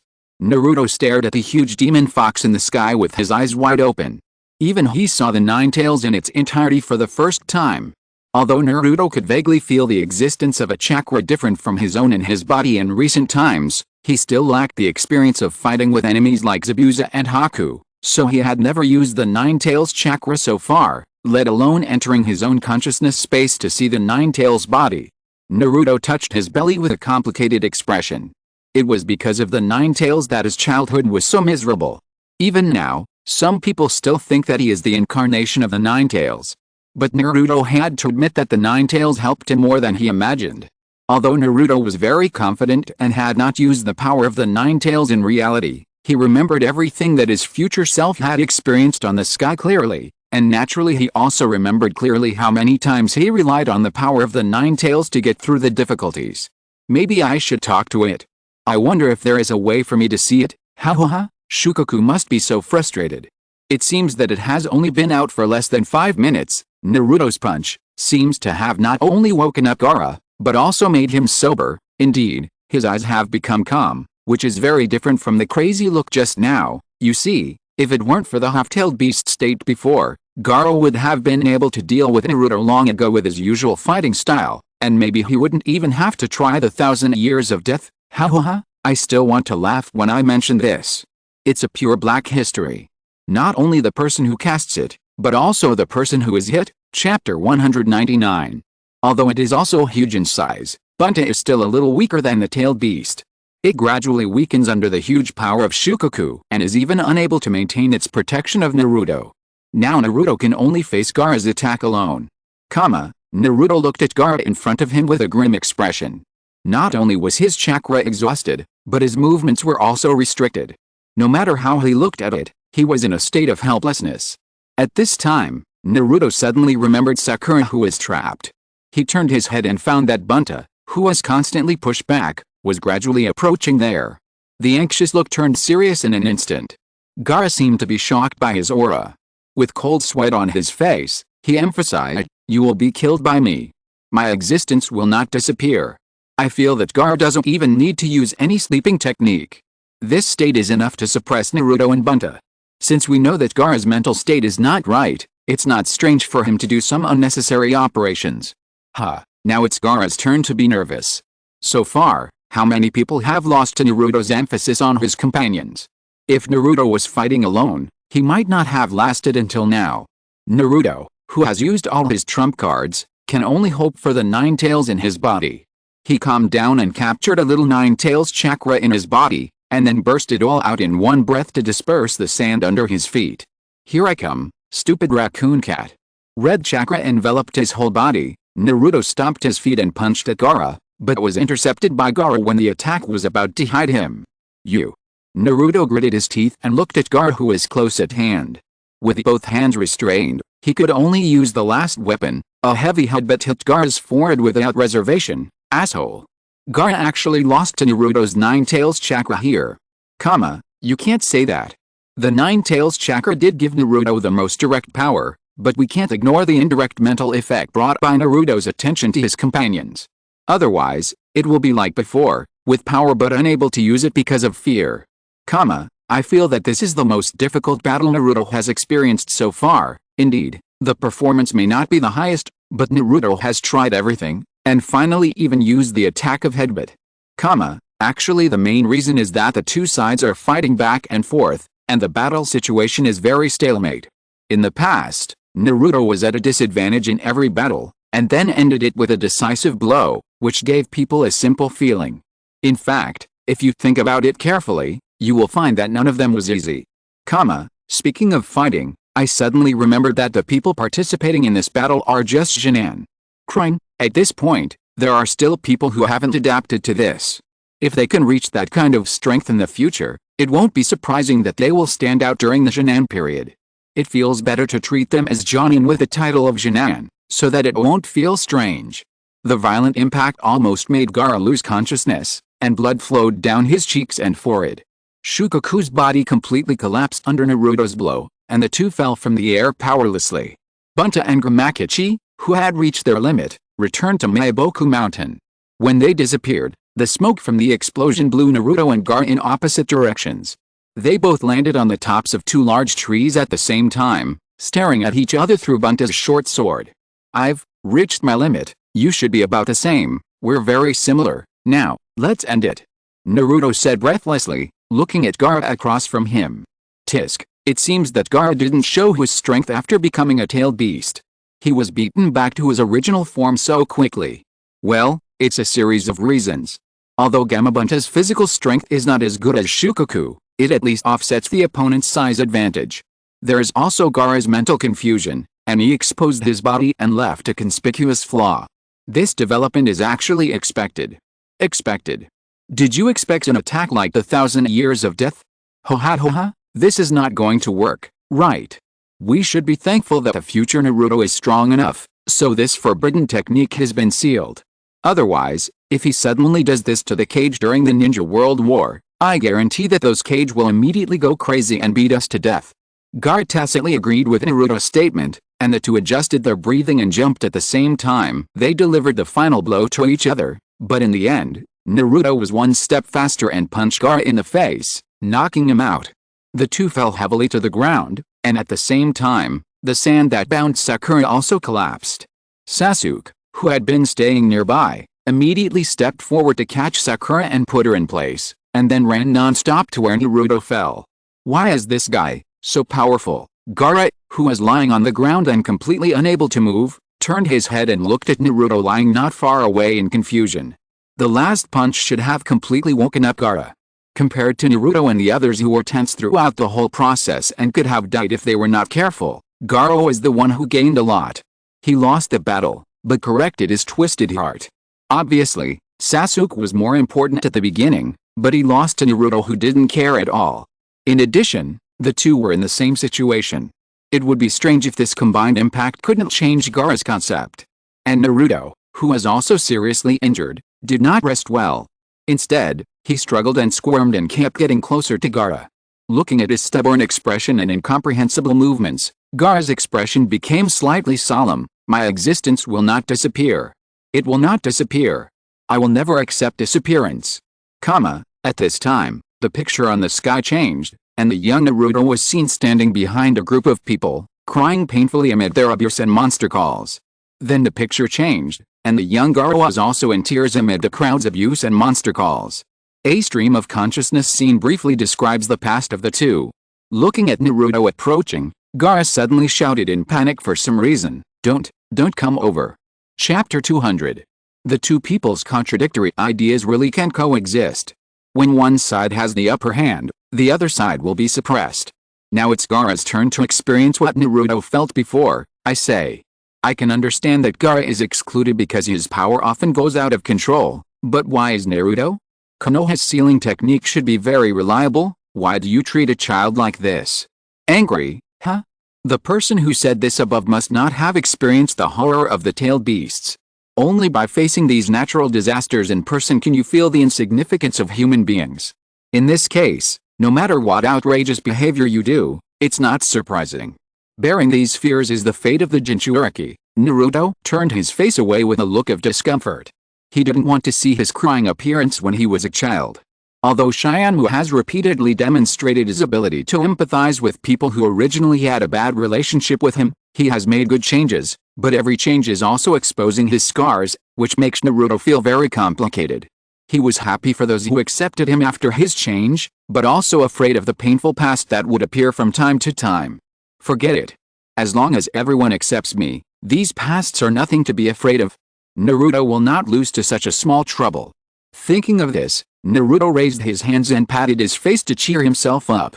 As long as his feelings for his companions did not disappear, this emotional problem would not be able to defeat him. Jiraiya, who had been paying attention to him, believed this very much. Naruto stopped, but the pain and sadness on his face made Gaara's eyes widen. Being alone is really painful. I don't know why. I understand your feelings very well. Naruto's brows were furrowed, his eyes were watery and he looked like he was about to cry, but I have found someone I cherish. I won't let you hurt them. Otherwise, I will stop you even if I have to kill you. At the end, Naruto showed a sharp look, and Gaara asked in confusion about his willingness to risk his life to stop him. Why? Why can you do this for others? Hey, Naruto's words are not what I imagined. Although he said that he could understand Gaara's feelings, the main meaning of Naruto's words was still to say you can't hurt his companions, or you'll have to kill them. I've been thinking like this before, but if you think about it carefully, it's the most normal thing to say in this situation. After all, they were enemies just now. Even if they were in the same situation as you can't forgive them all of a sudden. It's abnormal because it's too normal. Would Naruto say such normal words?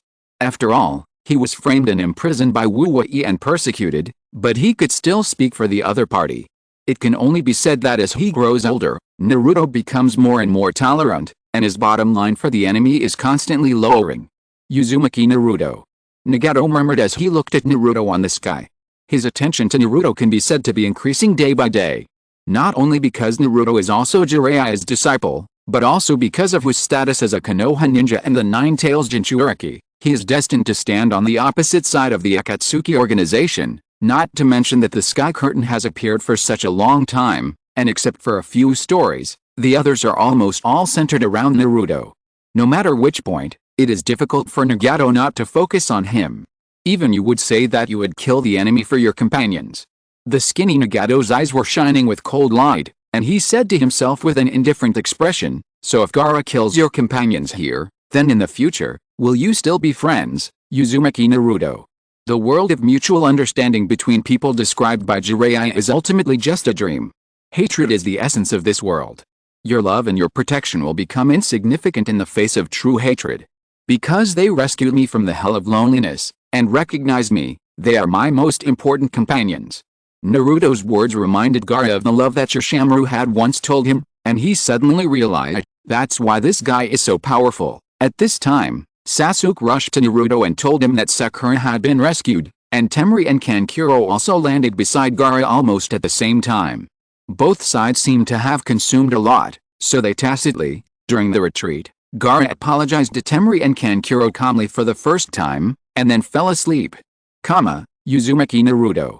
One day, I will have it too. It turns out that the battle with Naruto was just a prelude. Gaara finally figured it out on his own. What a good kid, he was persecuted like that, and finally saved himself with hard work and a little influence from Naruto. To be honest, if you don't want him in Sand Village, Can you give Gaara to us? After all, he has no talent in your eyes, right? Give up on this idea. The village is already discussing including Gaara in the candidate list of Kazekage. The list of names is out. That's right. Lord Gaara will definitely become the Kazekage and lead our Sand village to become bigger and stronger. Then you should look forward to the 4th Kazekage's abdication as soon as possible. Maybe you can let them fight. As long as Gaara can win, he can not only vent the pressure of these years, but also become the Kazekage in the future. Watching the excitement is not a big deal, right? In the end, it was just a fight, and no good words were said. Naruto muttered with a depressed expression. He thought he had helped Gaara change a lot. However, Gaara, who also read the whole story, had a different opinion. No.